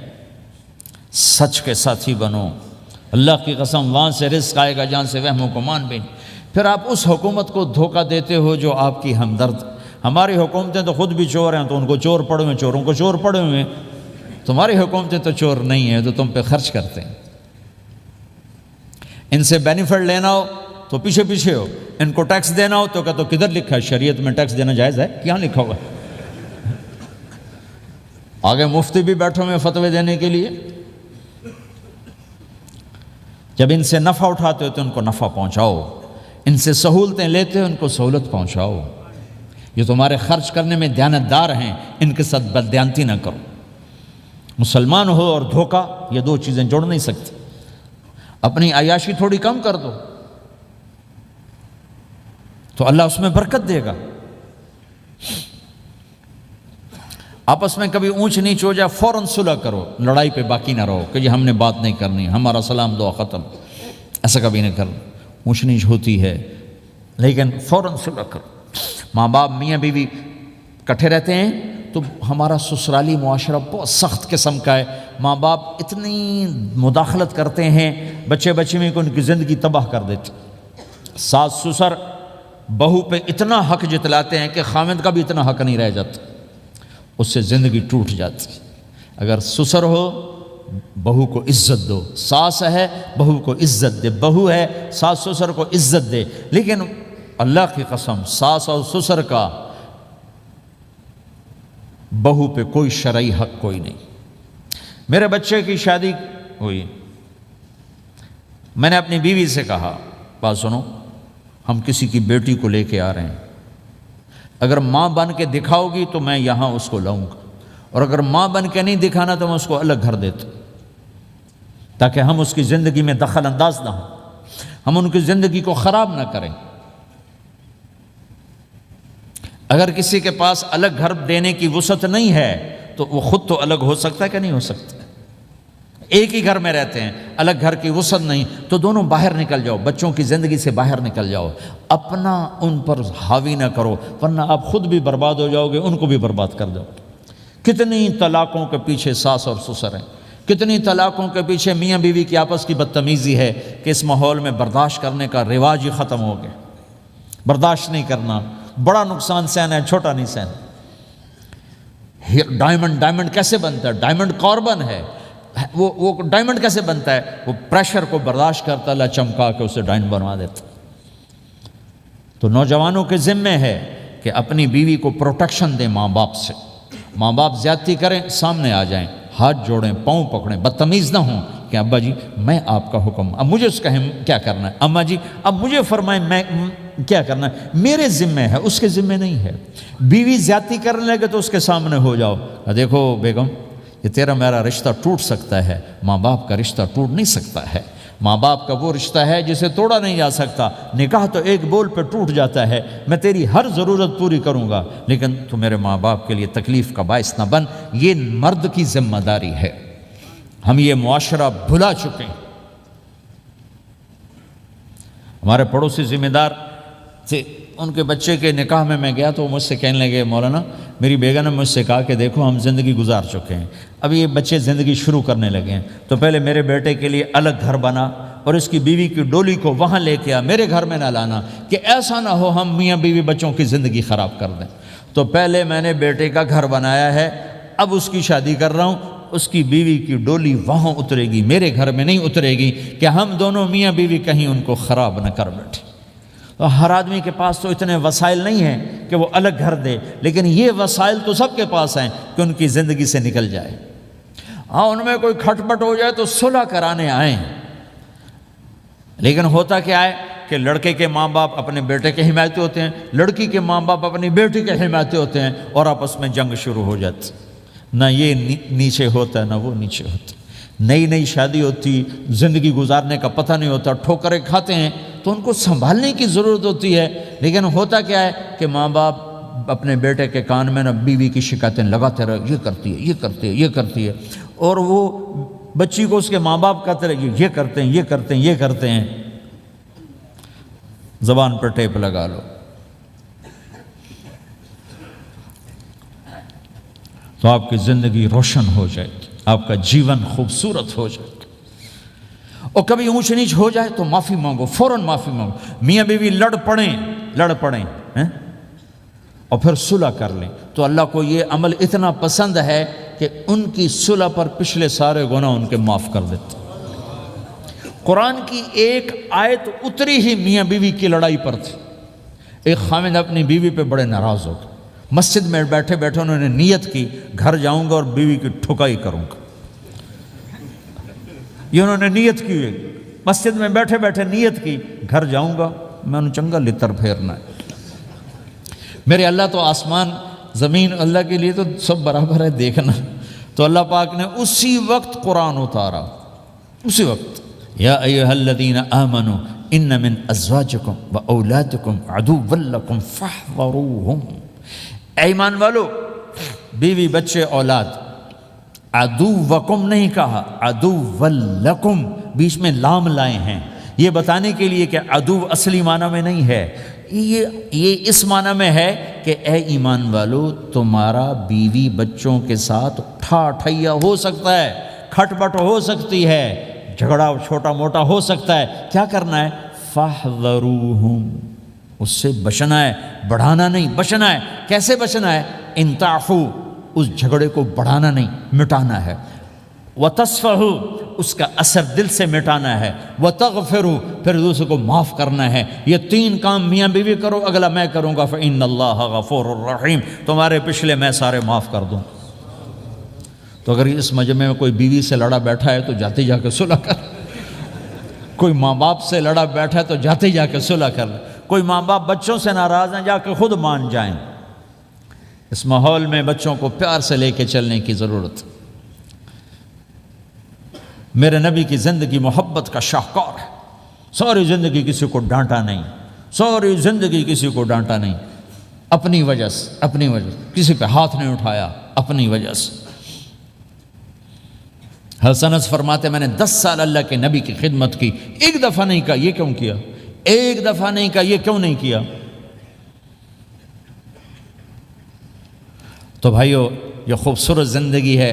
آپ کے ہاں تو خادم نہیں ہوتے، سارا گھرانہ ہی خادم ہوتا ہے۔ تو میں پاکستان میں ہوں تو میں اگلا چیپٹر بیان کرتا ہوں کہ نوکروں کے ساتھ بھی اچھا سلوک کرو۔ وہ یہاں ہے ہی نہیں، تجھے آپ پہ ہی بانڈے مانجنے، آپ پہ ہی ٹوائلٹ صاف کرنا ہے، آپ پہ ہی گڈی صاف کرنی، ڈرائیور بھی آپ پہ تھے، مالک بھی آپ پہ، پٹرول بھی آپ پہ پاؤ بھائی، چنگا انگلینڈ ہے، پٹرول بھی آپ پہ پاؤ، ہوا بھی آپ پہ بھرو۔ 2.5 لاکھ کی گاڑی یا ڈرائیور آپ پہ، ہماری 2.5 لاکھ پاؤنڈ کی، ہماری 2.5 لاکھ کی سزوکی ہوتی ہے، ہمارا نوکر بیٹھا گاڑی چلا رہا تھا۔ نوکر تو اللہ کی بڑی نعمت ہے، تم اس سے محروم ہو۔ کچھ اس کے فائدے بھی ہیں، کچھ نقصان بھی ہیں، لیکن فائدے زیادہ ہیں۔ ہمارے بچے اتنے سست ہو جاتے ہیں کہ پانی کا گلاس کہو تو اٹھ کے ہی نہیں دیتے، وہ آگے نوکر کو بلاتے۔ میری اپنی، میرے ابا جی مجھے کوئی کام کہتے، پتر جا میں نا انہوں صد کیا، تو میں جا ابا جی آندھا انہوں صد کیا، میں خود نہیں جاتا، ایسی سستی پڑ جاتی۔ یعنی تمہیں اپنی حماقت سے بتا رہا ہوں۔ سردی میں لیٹا ہوا تھا تو میری رضائی گر گئی، تو میں نے باہر سے نوکر بولایا، میں کہا بشیرہ او جی اور ہمیں نا رضائی میرے اتے پا، تو اپنا سنا رہا ہوں۔ لیکن آپ جہاں جاب کرتے ہیں، وہاں دیانتداری سے جاب کرو، دھوکہ نہ ہو، فریب نہ ہو، فراڈ نہ ہو۔ آپ بھی کہیں ملازم تو ہیں، کہیں کام کر رہے ہیں، کوئی آپ کی دکان پہ کام کر رہا ہے، گھروں میں کام کرنے والے ہیں، دکانوں پہ کام کرنے والے تو ہیں۔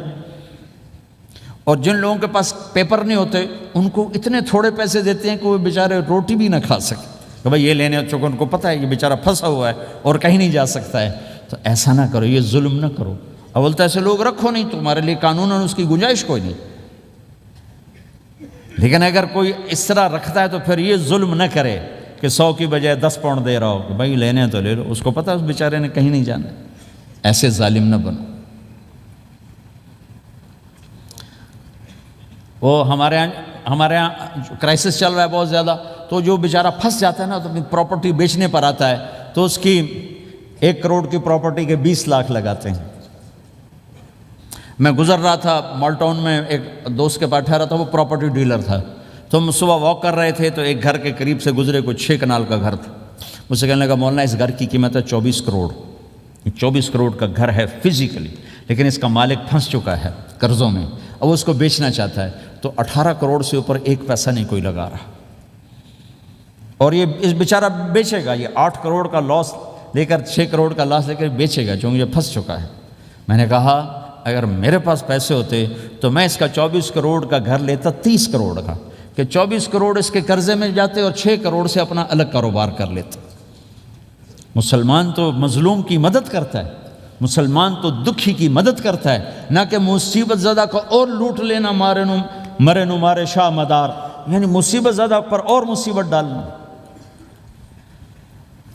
بھائیو یہ وہ خوبصورت اخلاق ہیں، اپناؤ گے اللہ چمکائے گا، اللہ اس جہان کی عزت دے گا۔ اور ایک آخری میری بات ہے، بہت بڑا مجمع ہے، بہت سارے نوجوان نظر آ رہے ہیں، آج تک جو اللہ رسول سے جنگ کی اس سے صلح کر لیں، جو گناہ کی اس سے معافی مانگ لیں۔ ادھر ہم معافی مانگیں ادھر اللہ معاف کر دے گا، ادھر ہم توبہ کریں گے ادھر اللہ معاف کر دے گا۔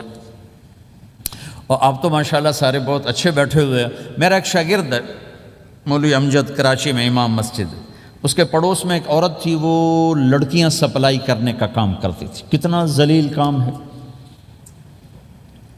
اور سال ہا سال سے اس کے بیٹے سے اس میرے شاگرد نے دوستی لگائی اور میرے بیان کی کیسٹ دے دی، کہا بھائی یہ سن لینا، میرے استاد جی کی کیسٹ۔ اس نے گھر میں جا کے لگا لی۔ اس کی ماں چلتے پھرتے کانوں میں آواز پڑ رہی ہے۔ آخر وہ آ کے بیٹھ گئی، کہنے لگی سنا، مجھے بھی سنا۔ تو اس نے سارا سنا، پھر کہا دوبارہ سنا، پھر سنا، کہا دوبارہ سنا، پھر سنا۔ تو کہنے لگی یہ کون ہے؟ کہا پتہ نہیں کون۔ تمہیں کس نے دی؟ کہا یہ امام مسجد نے۔ تو بچے کا ہاتھ پکڑا اور آ گئی دروازے پر۔ اس وقت لوگ تراویح پڑھ کے باہر نکل رہے تھے۔ کہنے میں نے امام صاحب سے ملنا ہے۔ وہ آ گئے، کہا جی یہ کیسٹ آپ نے دی؟ کہا جی۔ یہ کون ہے؟ کہا میرے استاد ہیں۔ کیا نام ہے؟ طارق جمیل۔ اچھا، انہوں نے توبہ کی بڑی بات بتائی ہے، تمہیں پتہ ہے نا میرا کیا کام ہے؟ ہاں۔ کہا میری توبہ قبول ہو سکتی ہے؟ کہا کیوں نہیں اماں جی، ہو سکتی۔ کہا ٹھیک ہے، پھر میں اللہ کو گواہ بناتی ہوں، میری توبہ۔ اور اس نے مسجد میں آنا شروع کر دیا تراویح میں۔ 5واں روزہ ہے اور دعا مانگتی ہے، اللہ اگر میری توبہ قبول ہے تو مجھے اپنے پاس بلا لے، یا اللہ اگر میری توبہ قبول ہے تو مجھے اپنے پاس بلا لے۔ 29ویں روزے سجدے کی حالت میں اللہ نے اٹھا لی۔ ساری زندگی کام کیا؟ لڑکیوں کی سپلائی، اتنا بدترین کام، اور موت آئی رابعہ بصری جیسی۔ یہ ہے توبہ کا کمال، کہ اللہ کی رحمت سے کبھی نا امید نہیں ہونا چاہیے۔ اللہ کوئی تھانے دار نہیں ہے کہ اس نے چھتر پھیرنا ہے۔ اللہ کریم ہے، مہربان ہے، ہمارا دوست ہے، ہمارا رب ہے۔ تو جب کبھی خطا ہو فوراً توبہ کرو، فوراً توبہ کرو، انشاءاللہ ایک دن آئے گا کہ اللہ ہمیں اپنی توبہ پہ پکا کر دے گا۔ تو یہ نیت تو کرو سارے جتنے بیٹھے ہو، بوڑھے جوان، کہ پچھلے پر ہم توبہ کرتے ہیں۔ کرتے ہو نیت؟ کہو یا اللہ میری توبہ، پھر کہو یا اللہ میری توبہ، پھر کہو یا اللہ میری توبہ۔ اگر یہ آپ نے سچے دل سے کہا ہے تو آپ کو مبارک ہو، آپ کے سب گناہ معاف ہو گئے، سارے معاف ہو گئے۔ حقوق باقی ہیں، علماء سے پوچھ لینا ان کی ادائیگی کیسے کرنی ہے، گناہ سارے معاف ہو گئے۔ اور آئندہ اگر کبھی توبہ ٹوٹے تو پھر کر لینا، پھر کر لینا، پھر کر لینا، میرے رب کی رحمت پہ کوئی اثر نہیں پڑتا۔ لن تبلغوا ضری فتضرونی ولن تبلغوا نفعی فتنفعونی، یہ میرے رب کی صفت ہے۔ وہ کہتا میں نفع سے بھی پاک ہوں، نقصان سے بھی پاک ہوں، نہ کوئی مجھے نفع پہنچا سکتا ہے نہ کوئی نقصان پہنچا سکتا ہے۔ تو میرے گناہوں سے اس کو کیا گھاٹا پڑتا ہے؟ مجھے گھاٹا پڑتا ہے۔ لہٰذا جب بھی ہم معافی مانگیں گے وہ خوشی سے معاف کریں گے، جب بھی توبہ کریں گے خوشی سے قبول کریں گے۔ ٹھیک ہے نا؟ سارے نیت کرتے ہو؟ درود شریف پڑھو۔ اللہم لک الحمد کما انت اہلہ وصلی علی محمد کما انت اہلہ وافعل بنا ما انت اہلہ انک اہل التقوی و اہل المغفرہ ربنا آتنا فی الدنیا حسنہ وفی الآخرۃ حسنۃ وقنا عذاب النار۔ یا اللہ ہم نے توبہ کی ہے، ہماری توبہ قبول فرما۔ یا اللہ اپنے فضل و کرم سے اس کو پختہ فرما، اپنی محبت دے، اپنے حبیب کی محبت دے، اپنے حبیب کی معرفت دے۔ اس سب نوجوانوں کو قبول فرما، اس پورے شہر میں بسنے والے اہل ایمان کو قبول فرما، اس مسجد مدرسے کو قبول فرما۔ یا اللہ پوری دنیا کے انسانوں کے لیے ہمیں ہدایت کا ذریعہ بنا، ہمیں ہدایت کا ذریعہ بنا، ہمیں ہدایت کا ذریعہ بنا۔ یا اللہ ہم سے راضی ہو جا، ہم سب سے راضی ہو جا۔ جو ہمارے اہل و عیال مر کے تیرے پاس چلے گئے ان کی بخشش فرما دے۔ جب ہمارے جانے کا وقت ہے تو ایمان پہ خاتمہ نصیب فرما۔ یا اللہ ہمیں بیماریوں سے نجات دے، دکھ دردوں سے نجات دے، قرضوں سے پریشانیوں سے نجات دے۔ ہمیں کشادہ زندگی عطا فرما، ہمیں حلال کشادہ رزق عطا فرما، جسمانی ایمانی صحت مقدر فرما۔